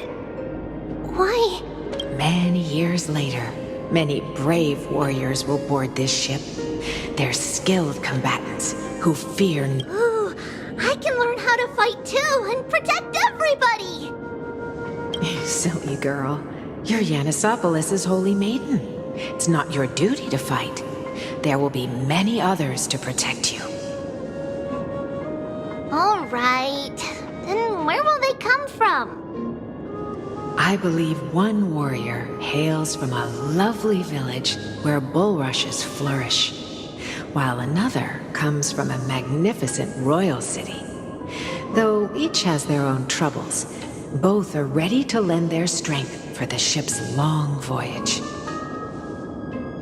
In that case, let Trianne fight by their side. This way, they'll always stay on course. How could I have known the name Trianne back then? Was it just a coincidence, or...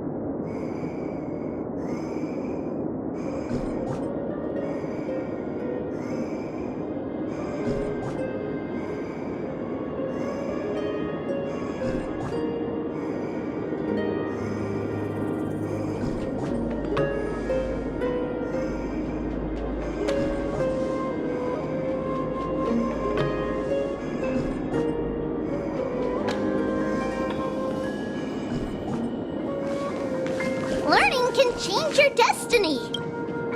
When navigating at sea, you need to know both astronomy and geography. Isn't Yanis's knowledge enough? Oh, sweetie. The ocean isn't like the land. It's easy to get lost. That's why it's important to learn to recognize the miracle of Aquila. All right. Even though my brain is already super duper smart, I'll still try my very best. Circe also favors children who try their best. They will send a wise scholar as everyone's teacher to help you reach your dreams. I want to be a teacher too! Oh, wait. I'm super duper smart. So I want to be the teacher's teacher! Why not? But if you're going to be a teacher, you might need to tone down that hyper energy of yours. Then Trinan can do it! She's well behaved and would make a great teacher! Mama and the others always said that I had a great memory. But now, I can't even tell if this is a memory or a dream.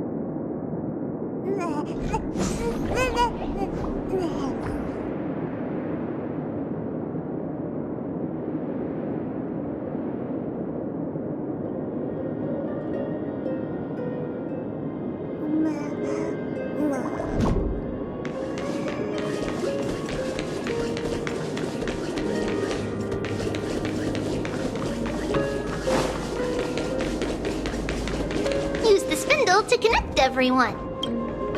There will be an amazing captain on that big ship. She's cheerful, optimistic, bold, and cautious. She'll be able to get everyone together. Wow, that's amazing! Can I be the captain? Of course you can. But you'll find someone else who's better for the job, my dear. I think that person lives in a beautiful temple that sits atop a hillside covered in golden fig trees. There's a noble girl there who's very smart, but also very delicate. Just like Mama? Perhaps. But before we find the captain, the ship also needs someone who can navigate it. Who could that be? Let me think. I know! She's Treevee! I named this doll after myself? I don't remember it all. Is this a dream or something that happened in the past? Come, let's line them up.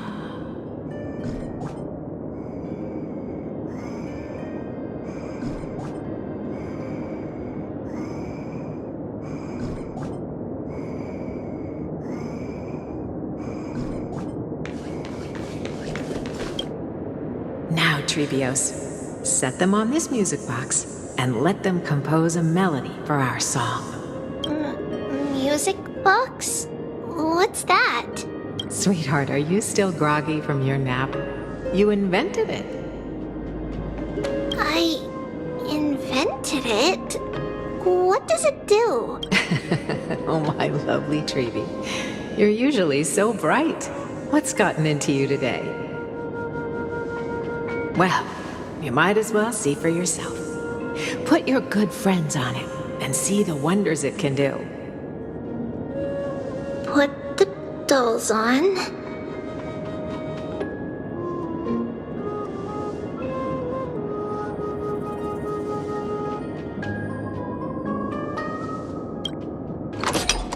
It's rotating. And I can hear something. That's right. It's a music box. If you place the dolls in the right spots, it will start rotating and play beautiful music. Out of all your inventions, this one is my favorite.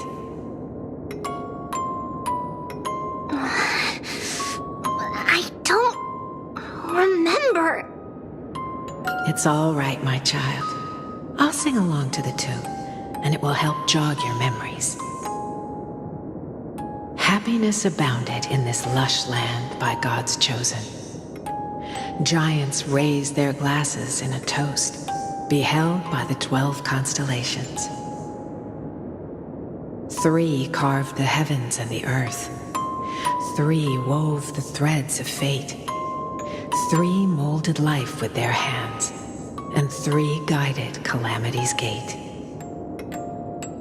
They declared the world too unstirring, hence wished endless laughter upon the living. Thus you and I were created, with words and song to weave, and love and intimacy to give. Thus creation was complete. Who then will bear the weight of humanity's souls, to lighten the steps of the living as a whole? O great Kephale, all-knowing Father of stature so tall, yet low does their gaze willingly fall. With light of dawn heavy upon their shoulders, golden blood spills unto the land, converging into a boiling river that flows to the heroic heirs of this world.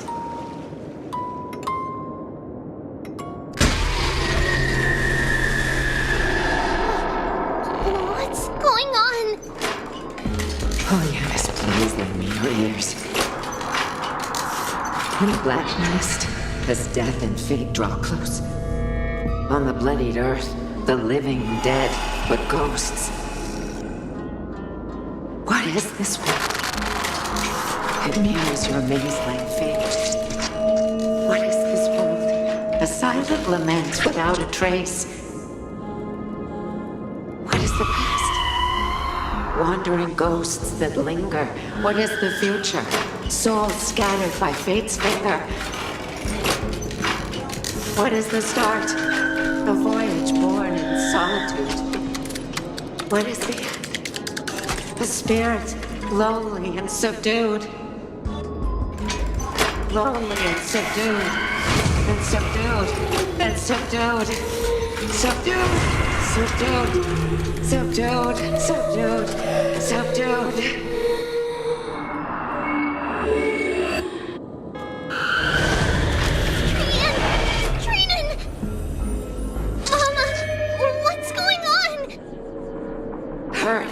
Run! Traitors, run! The black tide has arrived!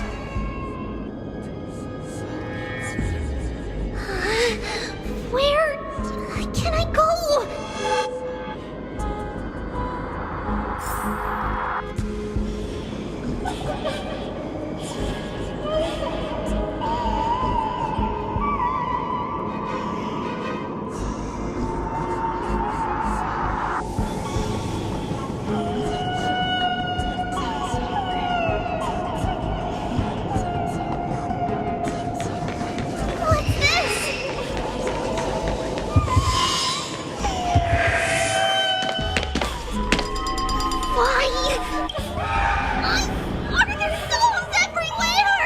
This is the sacrifice of a holy maiden. You won't make it to the end. Only one person can. I know. It's fine if we can't reach the end. Our minds are made up. Go. Get your farewell treatments. Time's running out. Mama, are you going to leave me? My sweet girl, I will never leave you. But remember this, Trevius.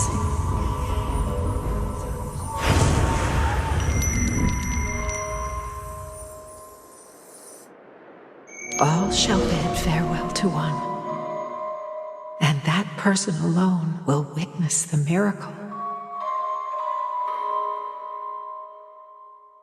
Since your mind is made up, then traverse the black tide and dispel the fog for Amphoreous. shall see you tomorrow, my dearest Trios.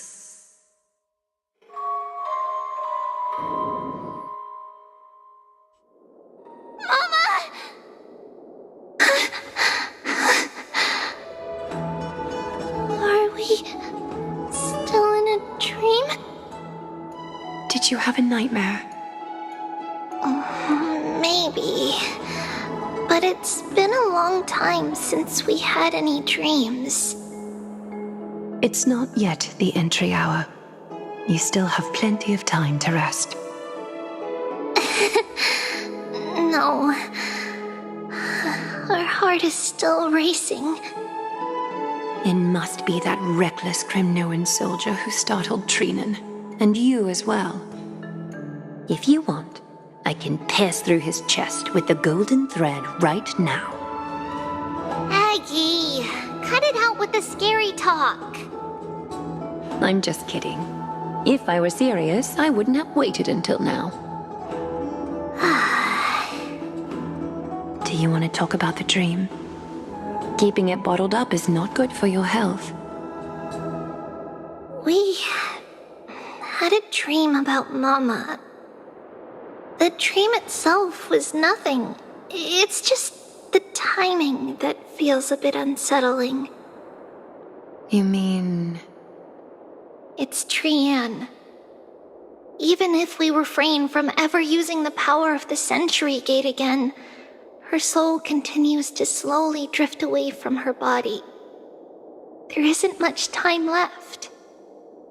Perhaps it wouldn't be such a bad idea to let her relinquish her role as the gatekeeper and live out her days as a carefree child. You have a point, Aggie, but our decision has already been made on that matter. I believe there's still another way. Souls will be spent until they dissolve into dust. Such is our fate. Once we had a whole and connected body. If that body were a tree, then its trunk and branches would share the same fate, decaying at the same pace. Now, we are fragmented into numerous selves. Despite the absence of a trunk, we are offered another possibility. We can choose how our branches will perish in a way that is most beneficial to the flame chase journey. Compared with saying farewell to one person, watching many fade away before me is even more sorrowful. But advancing is the destined end of Yanis's trial. There's no retreat in our path. Don't feel sad about saying goodbye to us.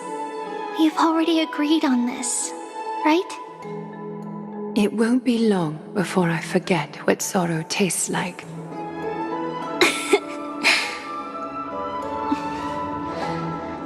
So, what would you like for breakfast, Aggie? What? Where did that come from? After all this talking, we are feeling a bit hungry. Plus, it's nearly the entry hour now. Do you remember when we first met, Aggie?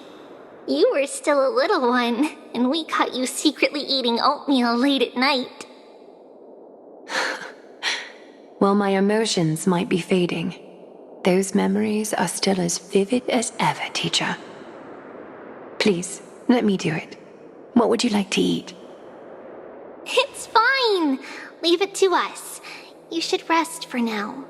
It won't take long, and we'll call you when it's done.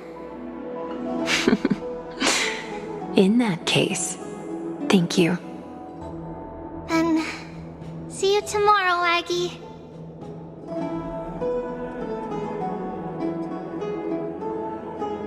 Nevertheless, that nightmare is ominous. Memories are slipping away, even the image of Mama. Just as expected, another trip must be made into the abyss of fate. Hopefully Orynyx will be willing to help us.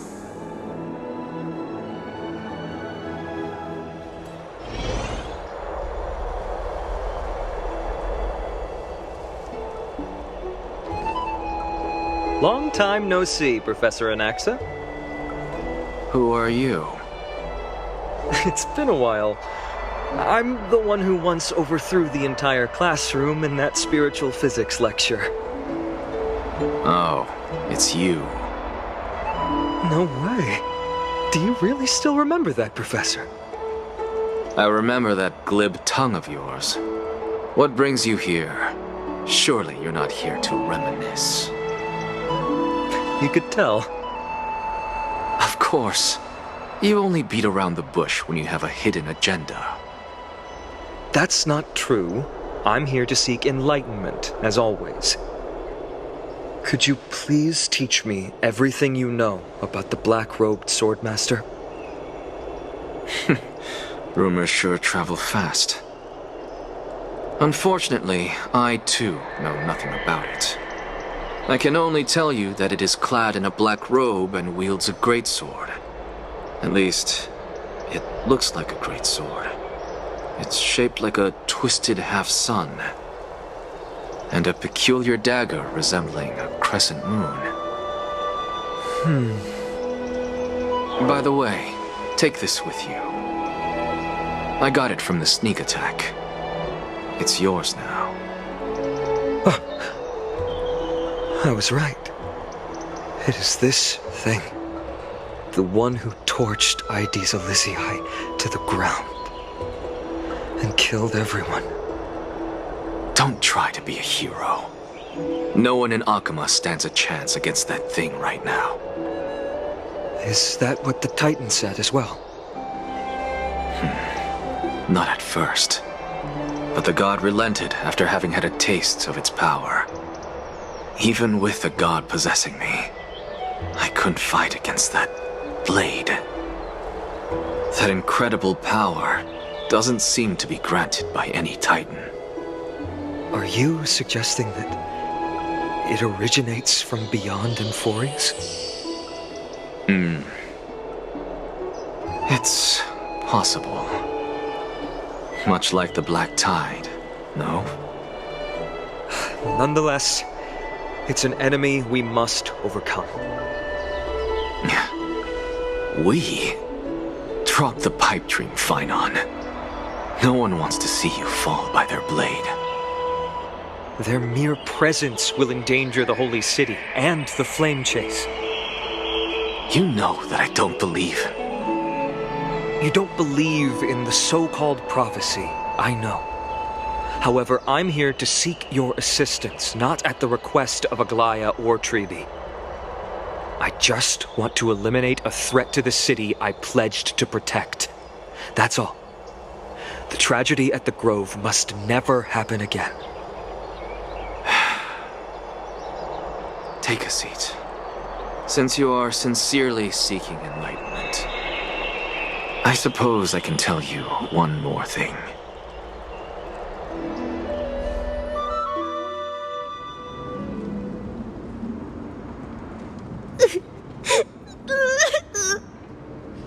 What's wrong, Trian?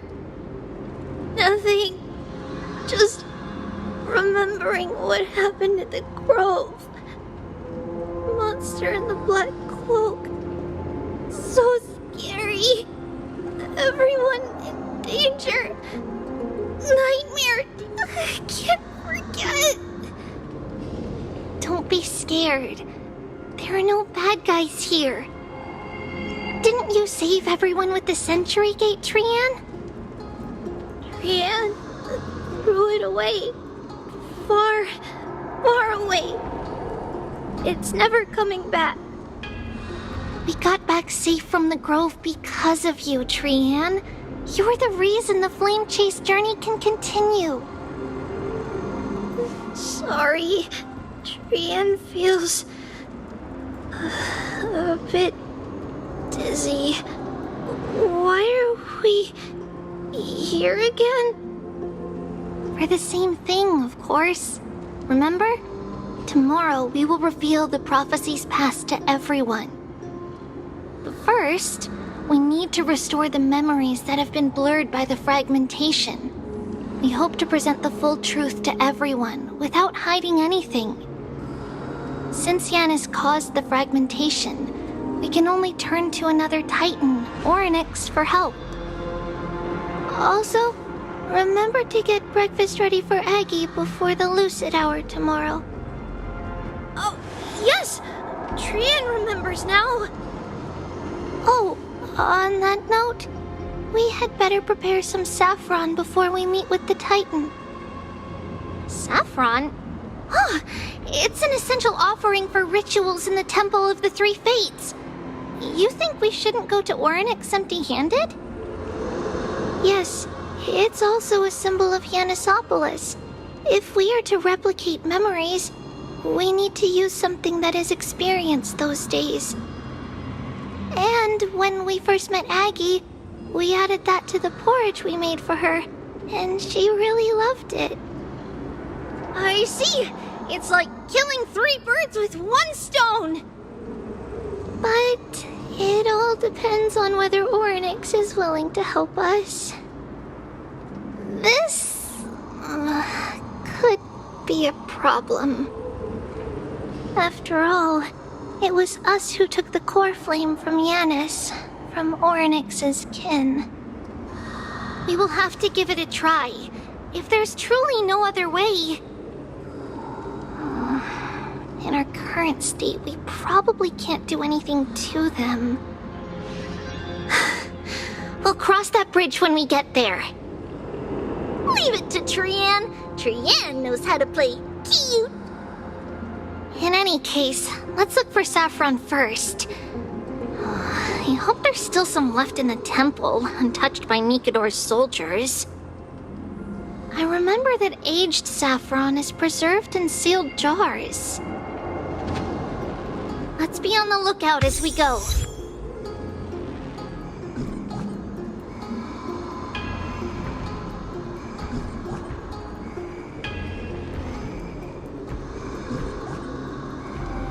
Life is as ephemeral as dew on a leaf, and full of worldly strife.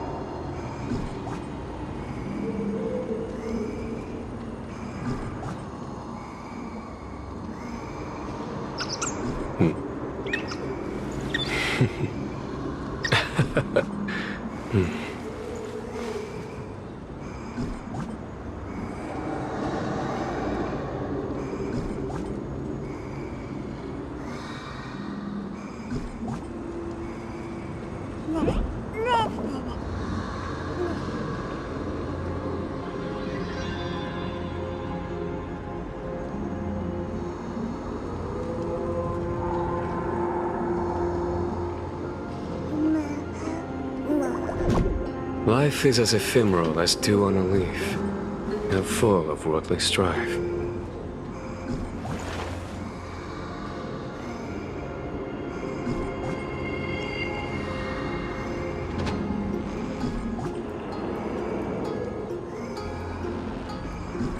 Life is as ephemeral as dew on a leaf, and full of worldly strife.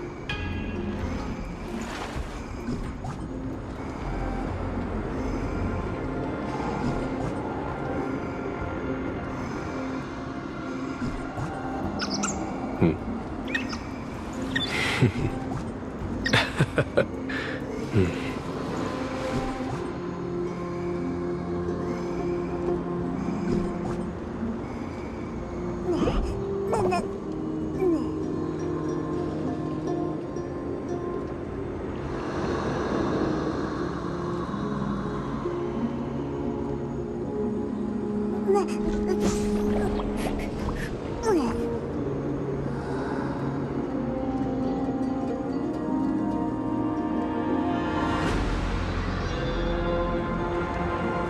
is as ephemeral as dew on a leaf, and full of worldly strife.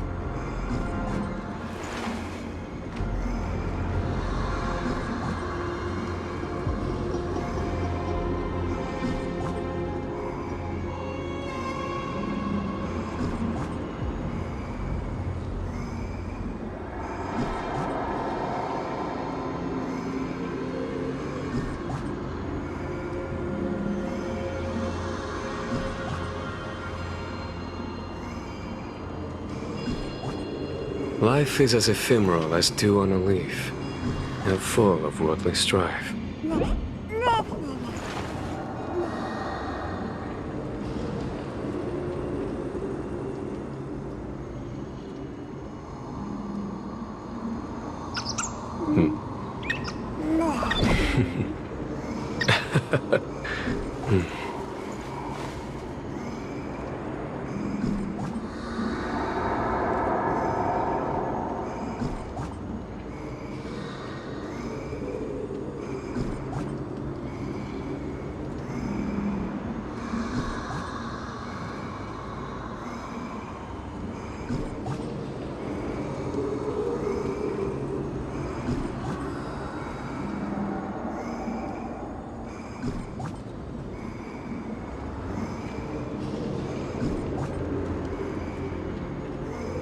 Life is as ephemeral as dew on a leaf, and full of worldly strife.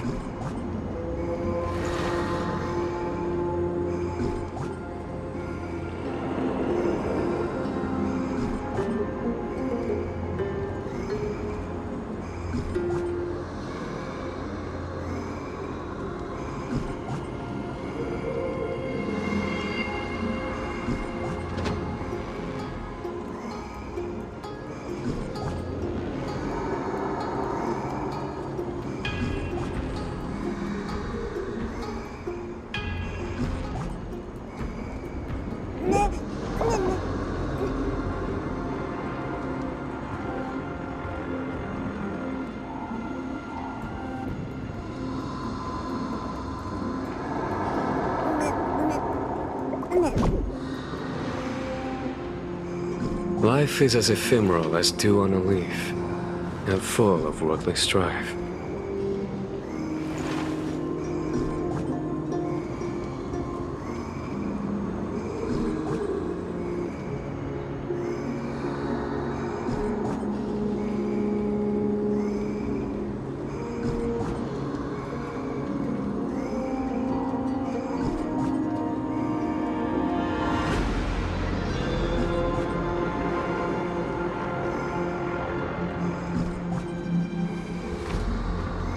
Life is as ephemeral as dew on a leaf, and full of worldly strife.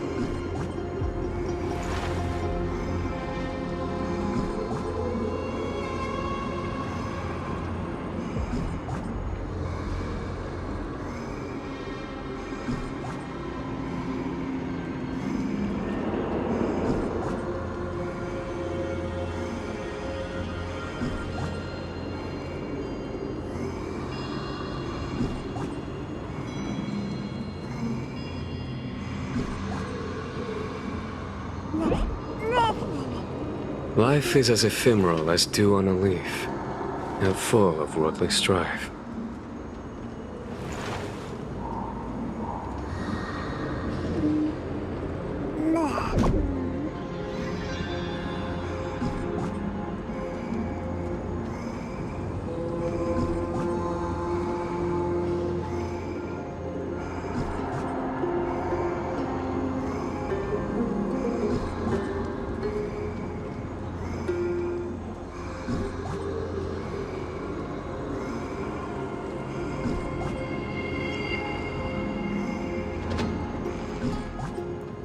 Life is as ephemeral as dew on a leaf, and full of worldly strife.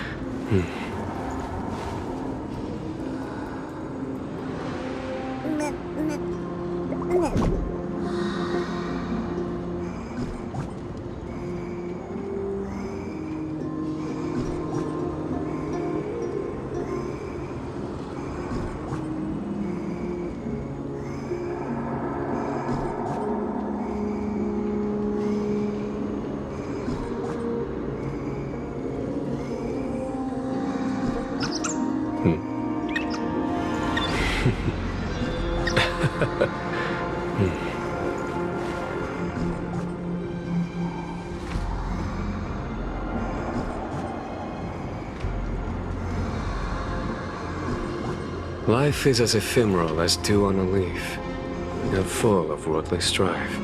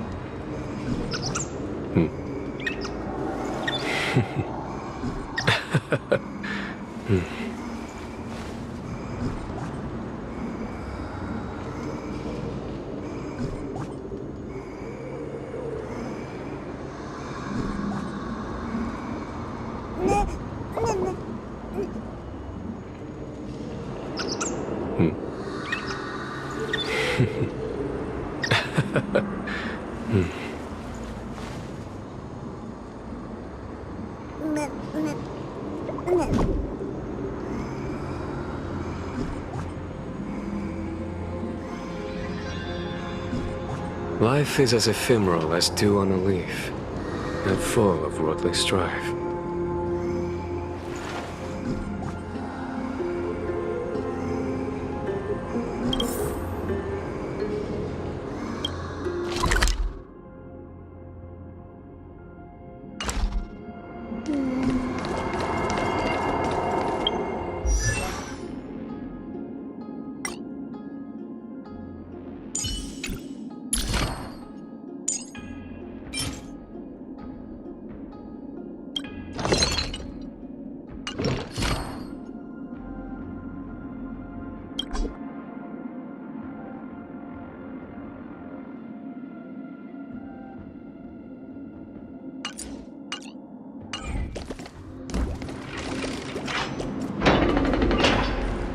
It's a dead end ahead. Turn back, teacher.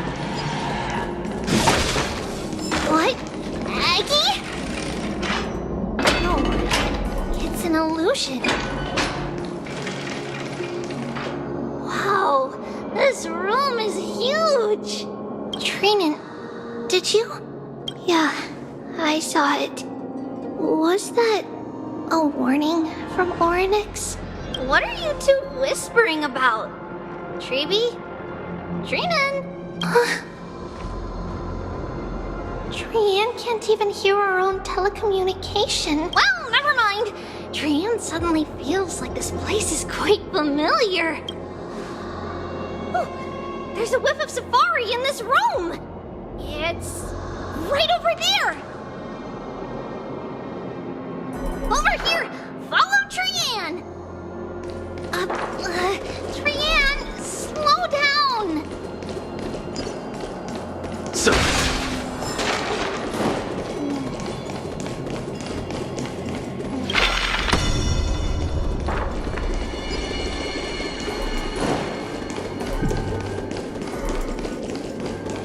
Even if separation is our fate, a futile death is not the solution. It appeared again! Right here! I summon thee, Oryx! Stir up ripples of past reverie! Something's appeared! Wait, we should read it first.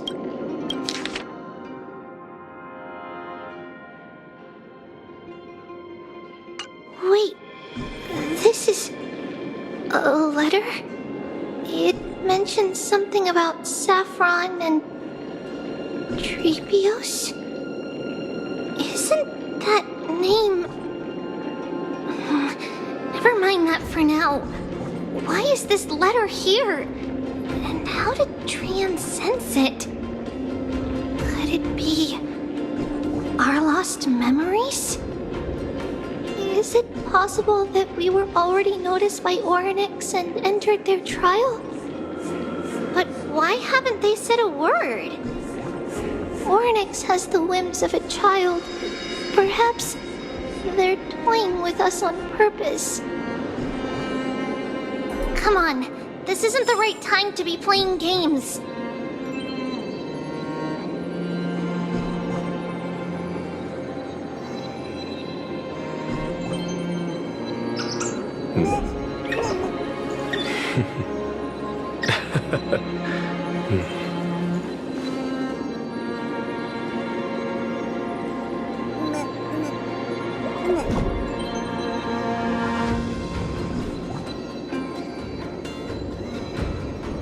Life is as ephemeral as dew on a leaf, and full of worldly strife.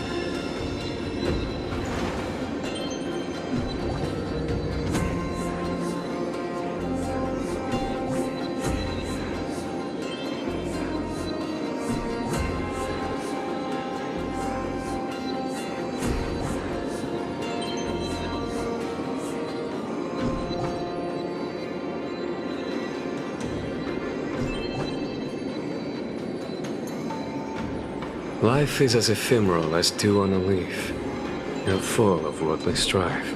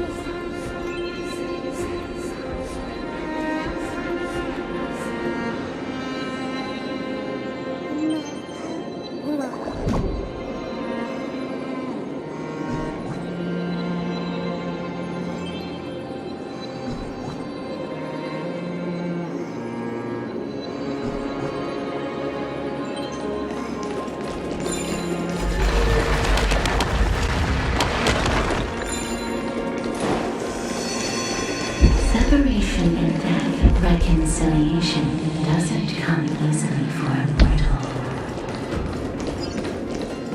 Are these visions also fragments of the past?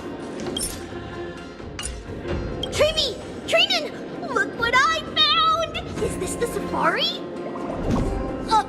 Coming! We'll take a look. But Trian, there's nothing in here. What? It was right in the stolium. Huh? There's really nothing here. That can't be! I swear I saw it! I swear! Trian is telling the truth. It was right there. Where did it go? Trian, Treeby, why aren't you saying anything? Trian can't seem to hear you at all. We were just lost in our thoughts. Don't worry, Trian. What you saw was likely, Yanna's hair. We must have startled it away. Okay. Could Oryx be trying to make us falter? But why would they do that? Something feels off. Treeby, don't you think this temple is a little too quiet? What do you mean? It might just be an illusion, but Trinan wonders, is Oryx really putting us through a trial?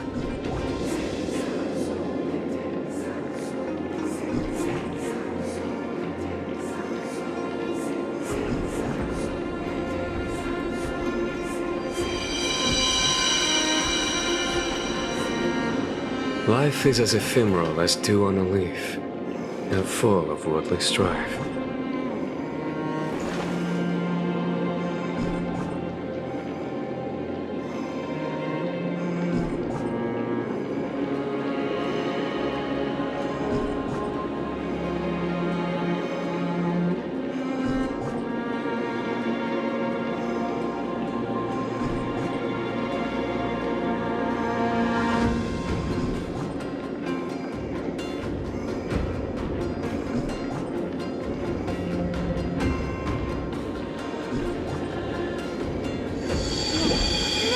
Life is as ephemeral as dew on a leaf, and full of worldly strife.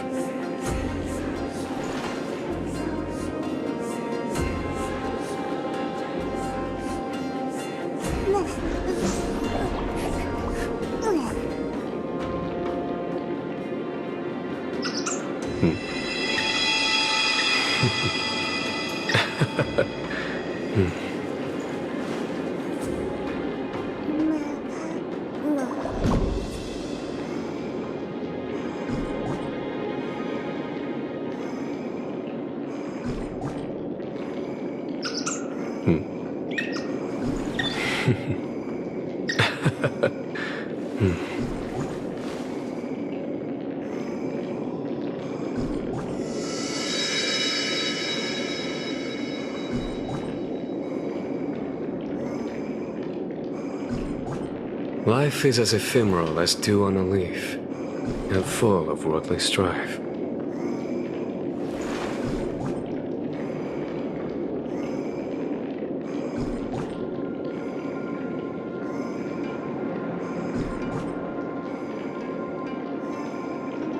Life is as ephemeral as dew on a leaf, and full of worldly strife.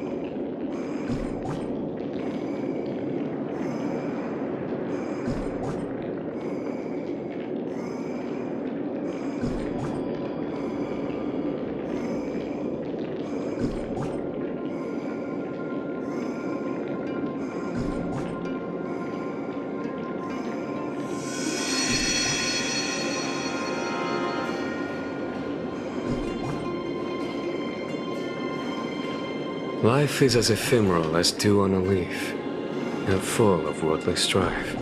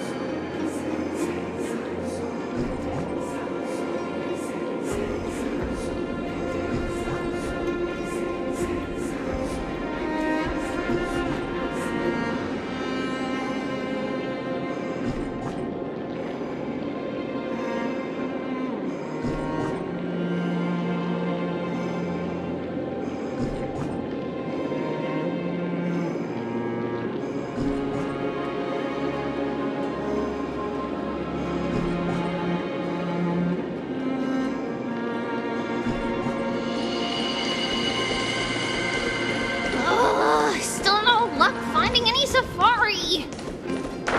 I suppose we can do without it. Yes. Let's try to convince Warrenix. At least they didn't toss us out straight away. Whoa, Sharibi, Tyrion, look at this! So cool! It's really quiet in here.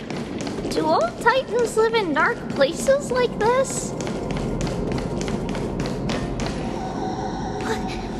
What's going on? Ornyx disappeared?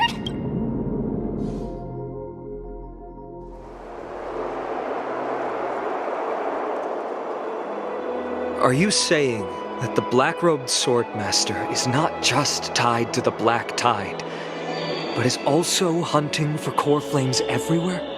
This is the most plausible possibility. First, it has a vessel that can hold core flames. Second, I'm one of its targets. Let's start with the first premise. Its peculiar ceremonial blade can interact with a core flame, as evidenced by the pull I felt when it stabbed into my chest. I hypothesize that the blade can sense, absorb, or even retain core flames. The second premise is even more explicit. When it was engaged in fierce battle with many of us and was heavily distracted, it remained consistently focused on me. Or rather, on the Titan Circes inside me. So it's plundering the flames. But if your argument holds up, wouldn't they be headed to Akama soon? The vortex of Genesis is full of the Titan's core flames. Not necessarily. Let's call that person the Flame Reaver for now. If my presumption holds, that person has 3 targets. The first target is me. The second target is Ornyx, who hasn't yet fallen.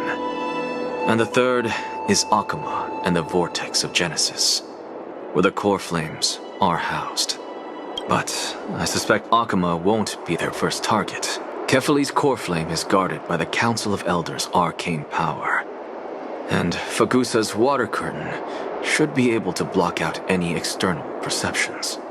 What about Thanatos and Aquila? Their core flames are yet to be restored? The whereabouts of Thanatos remain a mystery to all. As for Aquila, can you fly? No, I can't. Why are you asking that? Can that Swordmaster fly?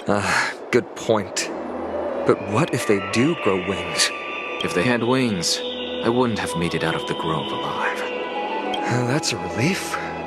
Anyway, since the Flame Reaver has 2 targets, we need to move fast. With the distances between Akama, the grove, and these potential targets, I believe we should bolster our defenses and... Bad news, Finan. Treepy is missing.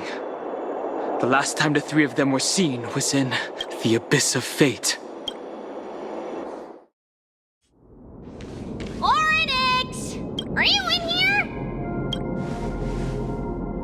No response. response at all. Did they foresee that we were coming and hide in the fog, or...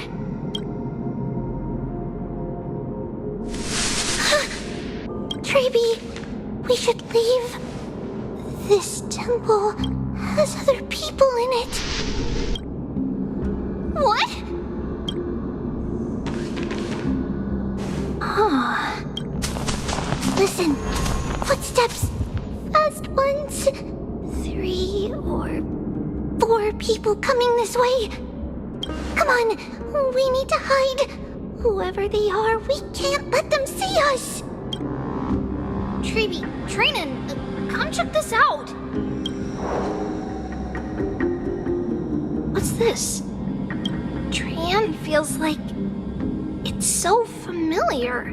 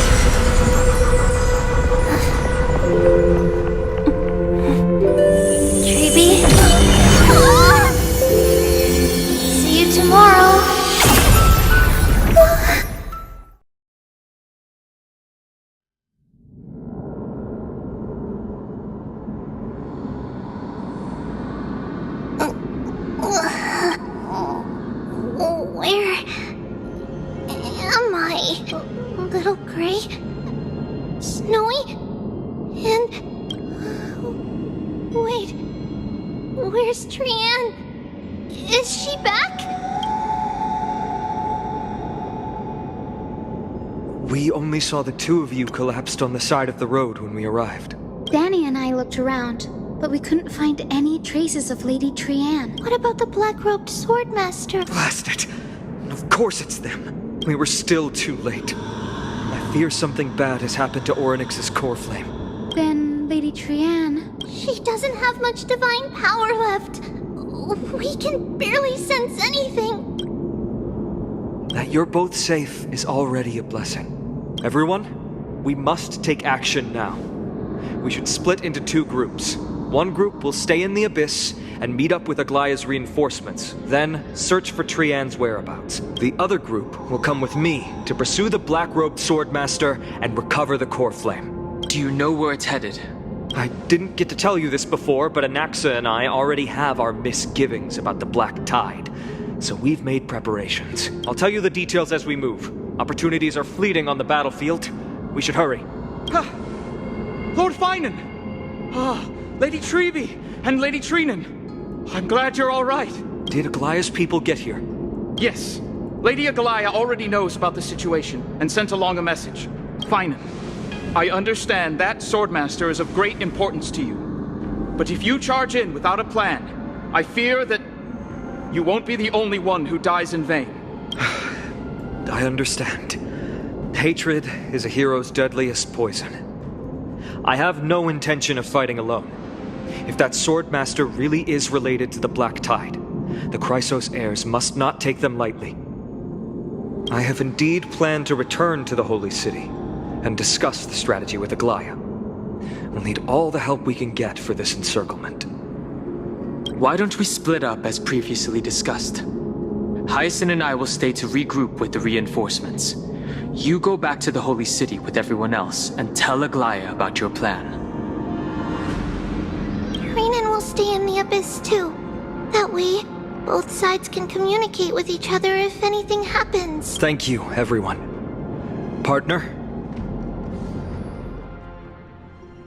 We're back, Aglaya. You should have come to me first, Finan.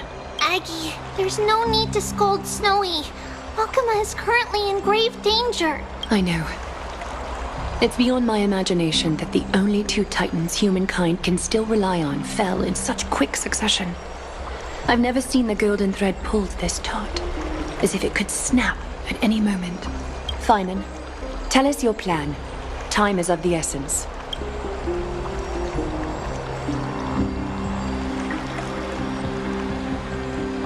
This being is not just hunting titans, but taking the core flames too?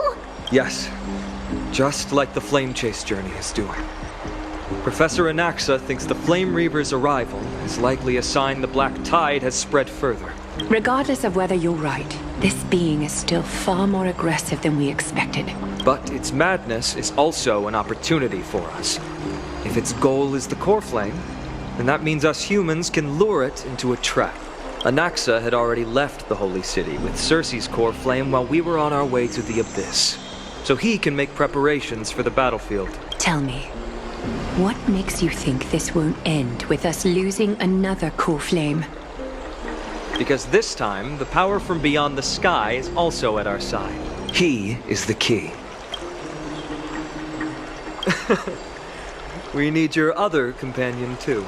Ma'am, do you mean me? I see. Finan, that battlefield you mentioned, is it Castrum Kremnos? Yes. I'm sure everyone remembers the astonishing miracle our partner here performed with his companion during the battle with Nikador, and how they awakened Castrum Kremnos' past. That will be the key to our victory. We will use Orynyx's power to once again open a passage to the past and lure our enemy inside. Then, we'll seal the Flame Reaver in the maze of time. Impressive. Orynyx has fallen, and Yanis's divine power already belongs to Okima. Once we take back the core flame, the Swordmaster will have no means of escape. It's very clever, using the element of surprise instead of brute strength. Can you do it, little one?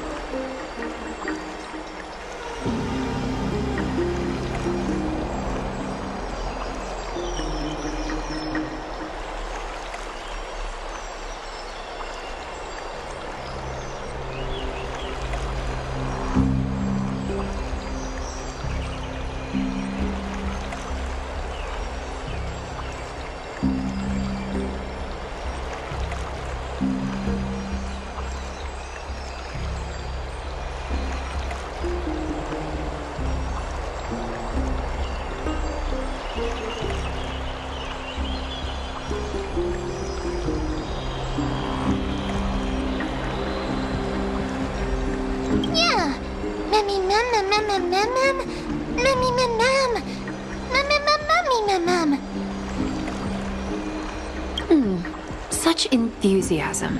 I'm glad to see you're confident.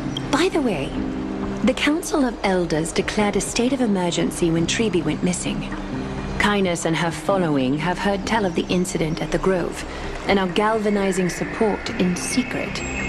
I fear she'll make her move before the next assembly of the citizens. What are they plotting? That short-sighted politician likely believes the Chrysos heirs have outlived their usefulness and is making preparations for her next step. That ugly side of humanity is something we'll have to deal with eventually. But that's a problem for another day. I've sent Castoris ahead to the council with a message. She should be able to keep the situation under control for the time being. Finan, it is my hope that we can come to an understanding on this. We must take down the Flame Reaver in one go and retrieve the core flame. And in doing so, grant ourselves an advantage against the Council of Elders. Of course. You may count on me to lead the charge. I apologize for tasking you to spearhead the plan once again, but Akima is currently beset by enemies from within and without. The situation brooks no delay, and we have precious little time to confer and discuss the plan with you. That being said, you are the key to our success, and I shall respect any decision you make.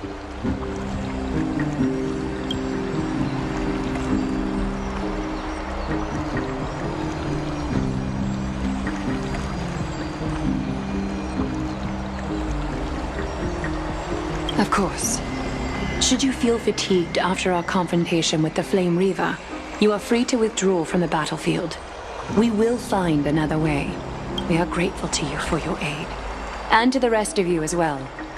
Now, let us be off to begin the hunt. May carefully sharpen our gaze and grant us victory over the enemy. You mean Mighty? He's dealing with a different problem. Don't worry. That man would never miss out on this fight.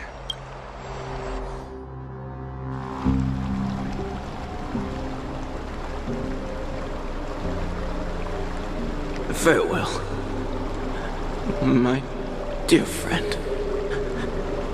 You must lead us back home. You and I, we're both the same. We feast on strife and fear. If you're truly capable of leading our people beyond this blood-stained fate, then prove it to me once more, Mighty Mos.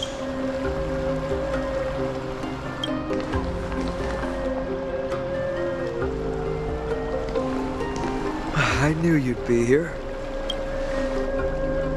I heard you're about to set off on an expedition. That's right.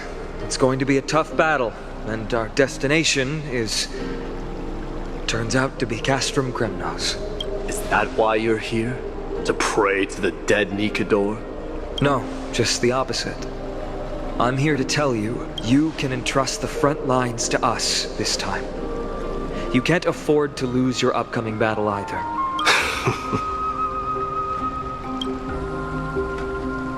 Have you heard the story of Geocles the Mountain Breaker? Sounds like you've spoken with Cartonus. That's the name of the legendary mountain dweller, right? Let's have a chat before we go our separate ways.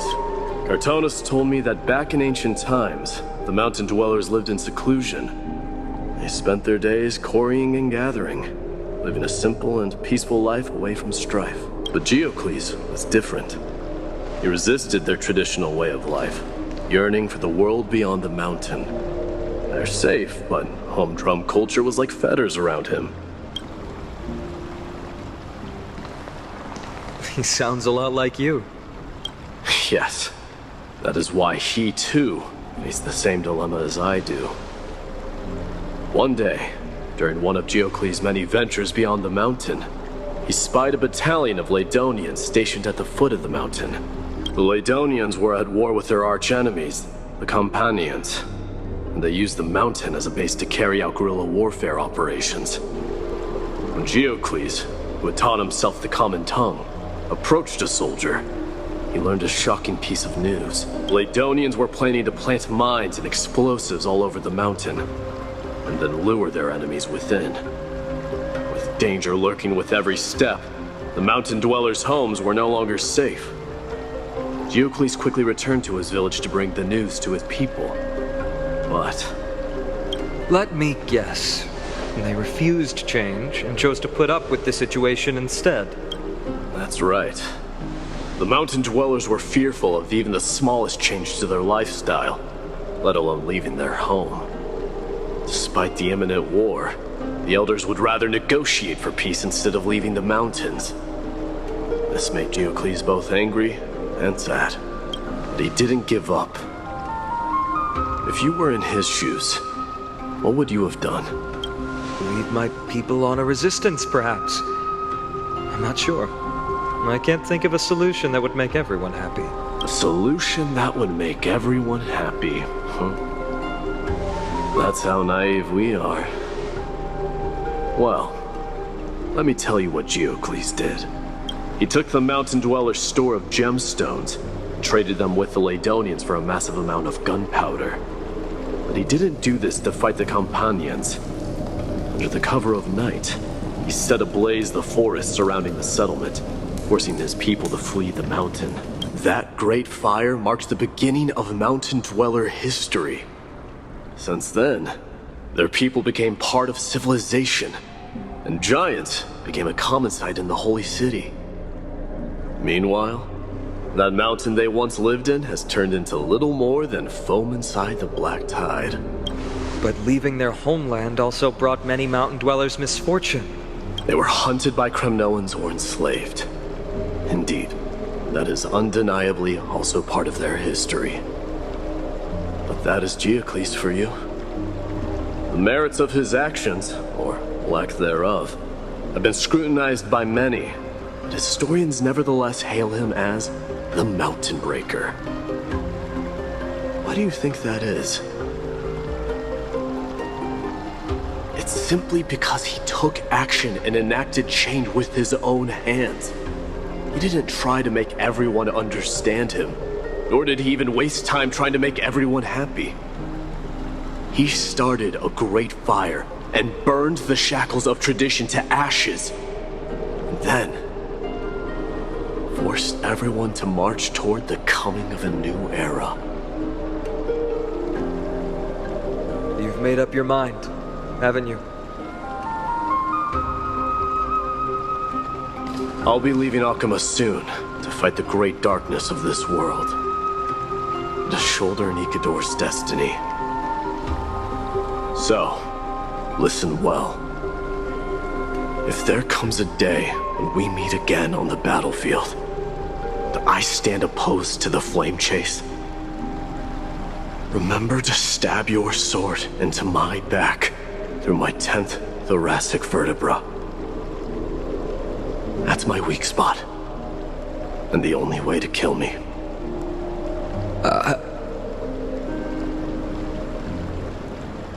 You have my word.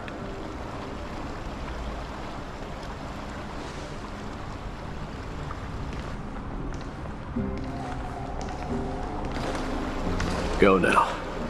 The battlefield calls. Send that flame-thieving hyena to their death. If you find yourselves with no other recourse, pray to that blade in the sky. Loudly call out the name of the new god.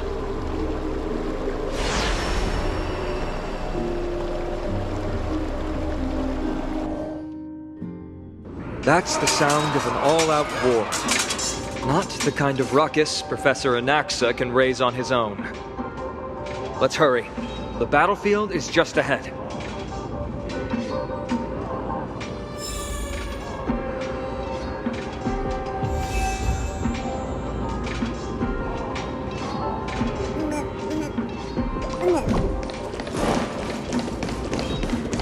No way. A Kremnoan. I didn't think she'd manage to send the Kremnoans to assist. Brave warrior, what's the situation on the front line? Nakaman, why are you here? What? Didn't Aglaya tell you? We have been instructed to assist you in trapping the Flame Reaver. Aglaya, that vile tyrant. I spit on her name. Our king will be back soon. He'll be able to deal with you and that black road.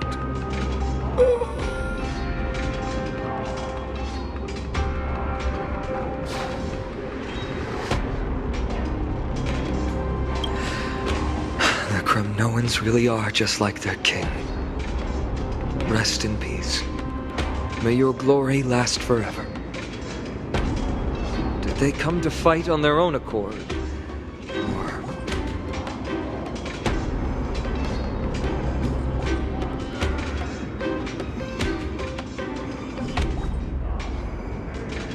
Life is as ephemeral as dew on a leaf, and full of worldly strife.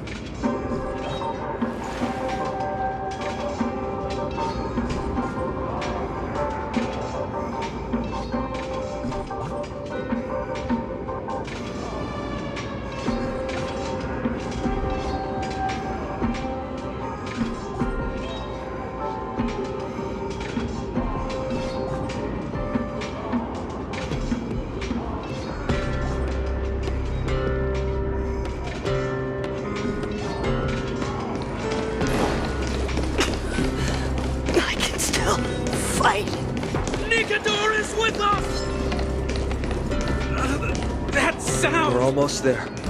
Pierces my ears! Can't see. Once we take back the core flame, Yanis's passage will open. When that happens, you must evacuate immediately. Don't stay behind. The rest will be up to how well we work together. But remember what Mighty said before? Cast aside all distractions once you're on the battlefield. Let's go, partner. Today, destiny shall stand with us!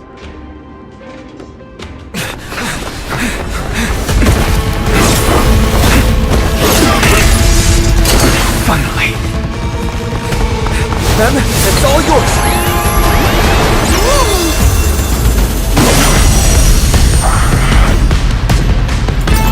In the memories of the dead! Executioner! You sure know how to keep a man waiting. Any later, and I fear the Titan would have sacrificed. Frail child of humanity, 'tis more effort keeping you hale and whole against that blade than it is in seeking the truth of the world.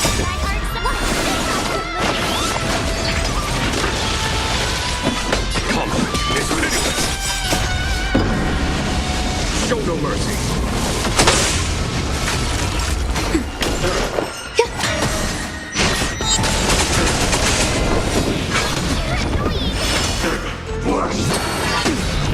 Try that again. Here is thunder. Every petal all will be swept away by the wind. Existence is unity.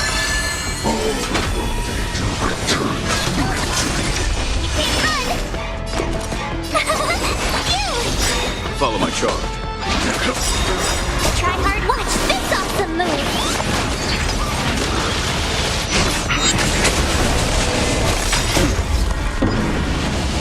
Show no mercy. There's more to life. There's no time to lose. Conflict is Ready, Frost.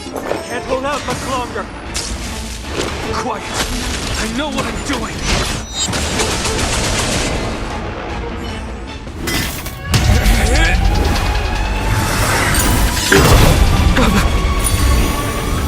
At long last.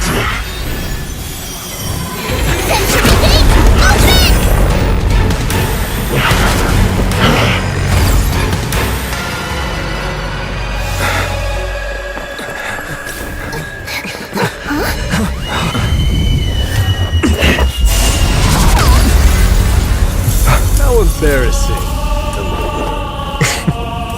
You didn't come down from the sky? The city is mine anyway. So why shouldn't I go through the front door?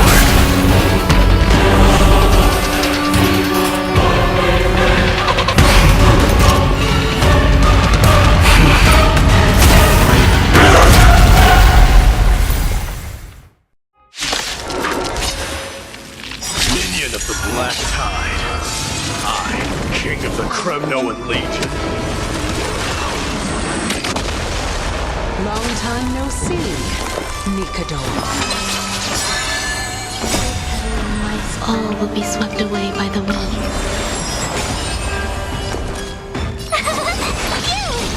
Follow my charm. Here, it's thunder!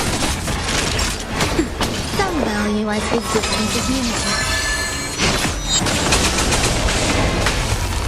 Tough luck running into me! Here! Such petty tricks. There's no time to lose. Time for a shot. Now, there's more to life. Eternal. Brevity leads to self-destruction. Something done to examine.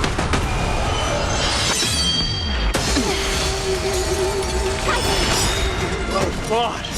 That was a good opener to the ceremony! We honor the fallen gods with this fight to the death! Not a child.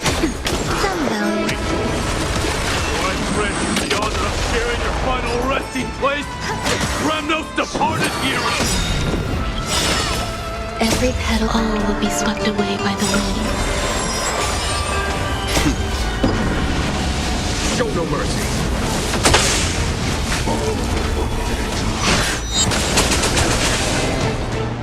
It's time to end this.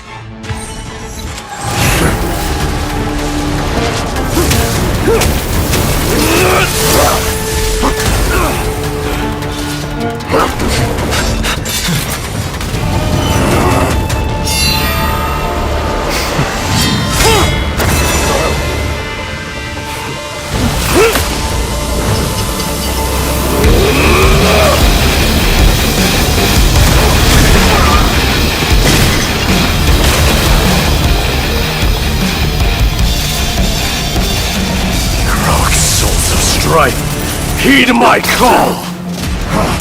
I am the Lance of Fury. The agony this world needs!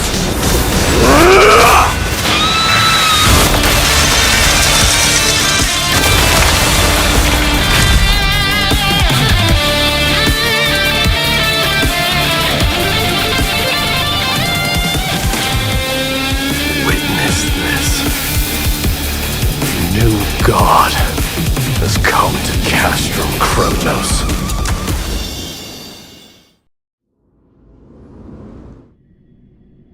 Look! The warriors have returned! But are the rumors true? Has Ornyx fallen? It's as the Council of Elders said. We face a dangerous threat. Yet the Chrysos heirs are only inciting more chaos. They don't care about the people's safety. They really gave the core flame of strife to a Kremnoan at the end. What a noisy crowd. This, doesn't feel right. It's probably because Ornyx is gone. Ornyx was a generous titan in the eyes of the people. They graced us with miracles, allowing humanity to reap many a convenience from the past. What they don't know is that the Titan didn't do all of that of its own volition. Regardless, the Titan has fallen, and we must surrender Ornyx's core flame. A meeting with that woman again so soon? I just can't catch a break. Professor Anaxa, why don't you find someplace to rest first? Matters that require Aglaya's attention are piling up. You two meeting again will, forgive my honesty, only distract her. Just try to stay on your best behavior, if you know what I mean. That's not up to me, I'm afraid. I've been trapped in her prison the moment I set foot in this holy city. The price of having a Titan living in my head, I suppose. Don't worry, I don't want trouble either. They have differences in ideology. All right, I suppose that's putting it lightly. Don't worry, you'll figure out the intricacies of these relationships sooner or later. I'm sure you don't need my help handling Ornyx's core flame. So I'll be off. I have some personal matters to attend to. somehow feels like D has closed himself off even more after he completed his trial. Yeah, a lot has happened in the past few days. You've been lost in thought for a while now too, Treeby. Did Trinon bring news? Yes. She has found Trian. She was at the bottom of the valley outside the temple. But that's where the good news ends. I'm sorry. It's alright. They also found someone else besides Trian. He was no better than a corpse when Trinan and Hyacinth arrived. He had suffered more cuts than could be counted and leaped off a cliff from a great height, all to free Trian's body from the clutches of the black-robed swordmaster. What a brave soul. Do we know who he is? Yes, it's Krateros.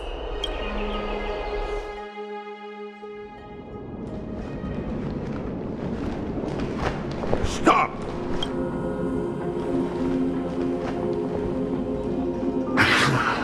If you want this girl dead, you'll have to kill me first. How ludicrous.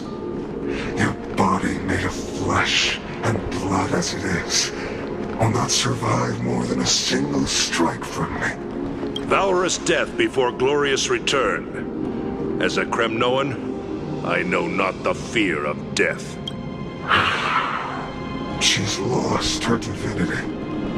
I have no interest, but answer me this, child of strife. Why do you raise your shield for her? As the leader of the God Shield Brigade's elite, I protected the king against the Black Tide with this very pathetic killer like you could never understand the weight it bears. Pity and crumble like rusted iron. Good! Supreme glory shall be mine, as I indulge in the libations and incense offered by my descendants. Come, let us fight! For Kremnos! For my king! For Amphoreous!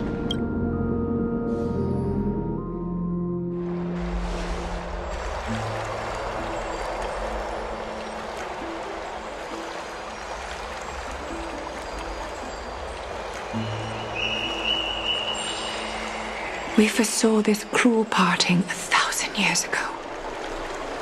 Today is but a reminder of that bitter taste. But Lady Aglaya, I don't understand.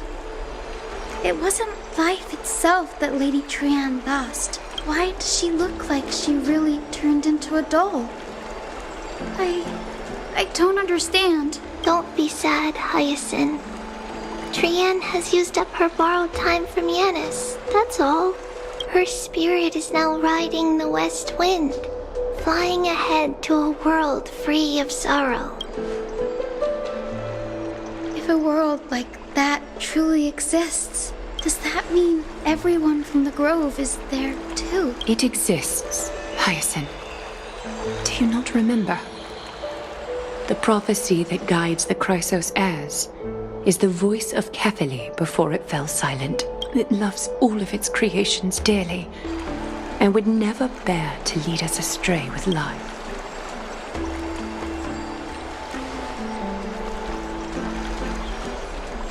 What about the Kremnoan veteran? How is he doing? The Twilight Courtyard has done all we can. Even so, we've only managed to keep him from breathing. I had to use the Sky Priest's techniques to help him to walk again. But if light ever disappears from Akama for good... No. Let's hope that never happens. This is already nothing short of miraculous. When we found Krateros, he was no better than a corpse.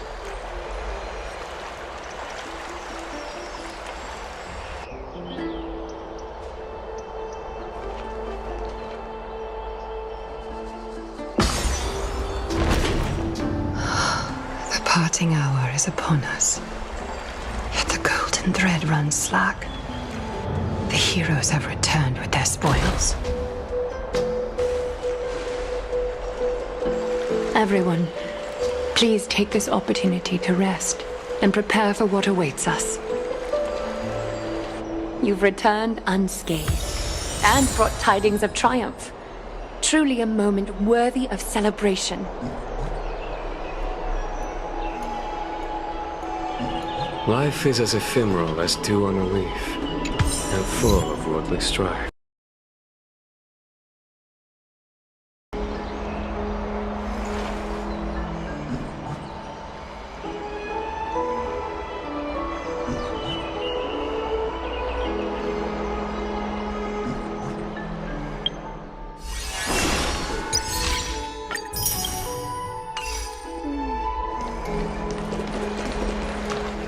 It's incredible to think that we returned Nikador's core flame not so long ago.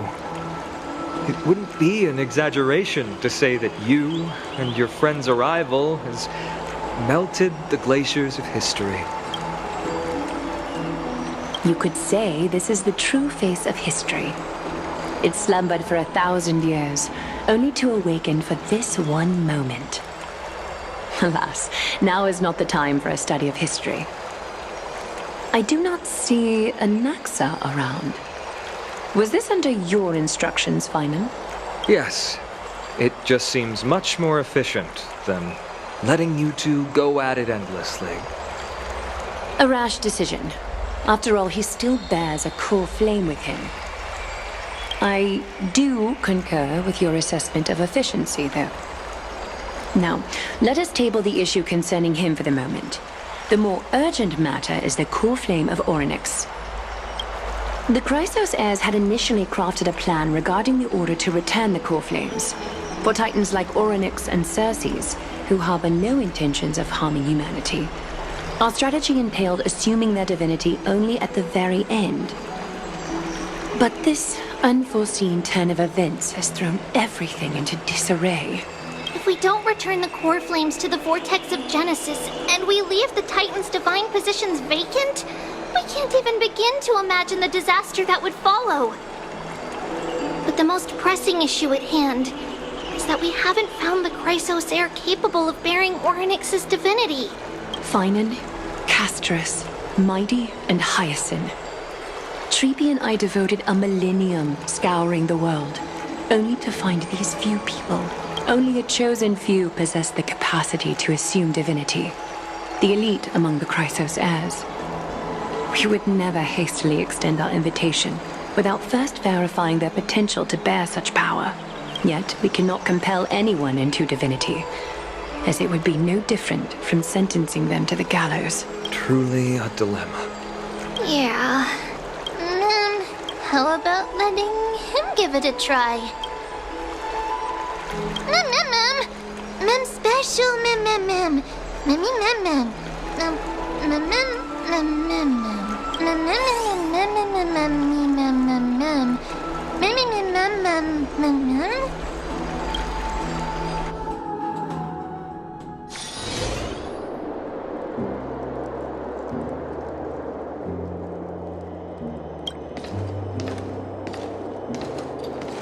I see the Reaper has forsaken you too. It simply put my life in the hands of the Twilight Courtyard. That priest girl's medical talents are truly exceptional. She might be far from the ordinary girl we envisioned, but this isn't about me, Mighty Mos. I saw it. You finally decided to embrace your own fate. Power of strife is stirring a tempest within me as we speak. My bones have turned into steel, and my blood is seething in a blaze. Past rulers of Kremnos could only aspire to this might, yet I have merged with it. I've made history, and henceforth divinity and kingship shall coexist as one. Indeed. You've realized the aspirations of every former king of Kremnos. And now, you can at last bring our people home and reforge the glory of Kremnos. Unfortunately, I harbor no such desire. What? What do you mean by that? Over 2 millennia past, devotees of Nikador's might banded together beneath their feet and erected a city of their own. Ever since then, Kremnoans have served as the blades wielded by the god of war, following the Titan's path in its conquest. Yet, gazing upon our history through the lens of my newfound divinity, I now see it with unprecedented clarity. This history is sheer absurdity and inferiority. People surge onto the battlefield like ants, plundering and slaying for their own greed, only to be trampled upon like ants. The city and the beliefs that Kremnoans hold so dearly, alongside the supposed tradition, mere anthills that could be crushed with a single touch in the eyes of the Titan. You! Are you trying to strip Kremnoans of the pride we've amassed over thousands of years with mere words? That pride holds little significance, Krateros. Now that I've assumed the divinity of strife, my next step will be to renounce the title of king. No! Convey my message to every Kremnoan. This is an order. Do not do this, Mighty Mos. I beg you. Our history commenced in the year 2506 of the Light Calendar, concluded in the year 4931. I, Mighty Mos, last king of Castrum Kremnos, son of Gorgo, do hereby proclaim the Kremnoan dynasty comes to an official close today. You have killed us. You have killed us all. No. I am granting you a new beginning. What is this? My mother's signet ring. It served as a symbol of kingship, and I now imbue it with a fresh significance. Take it, and rally those who have lost their identities. Convey the words of Mighty Mos, now ascended to divinity. You no longer need to chase fleeting honors or face death on the battlefield as if it were your sole destination. However, you must adapt to fit into the city you once observed with indifferent eyes. A cruel fate awaits Amphoreous. No matter how illustrious a dynasty may seem, it crumbles to rubble and gravel before formidable foes. Yet, you shall tread the only path out, one that leads to a brand new world at its end. Why task me with being your messenger? Why not explain all this to them yourself?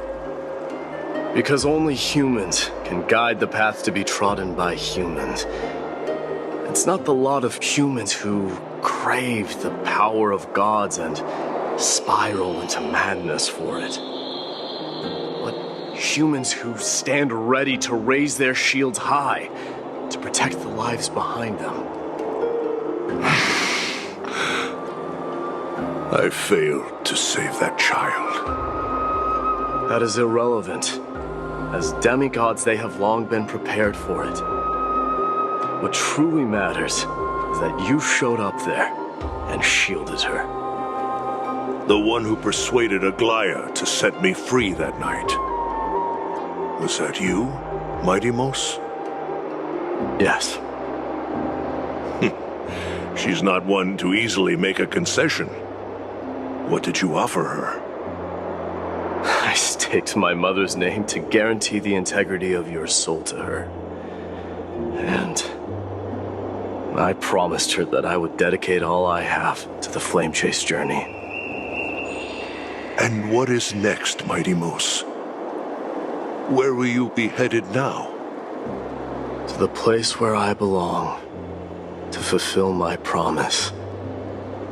The madness that has plagued Nikador and the darkness that has consumed Amphoreous. It's now my turn to fight against it. There are some people to meet with before I leave. Let's go.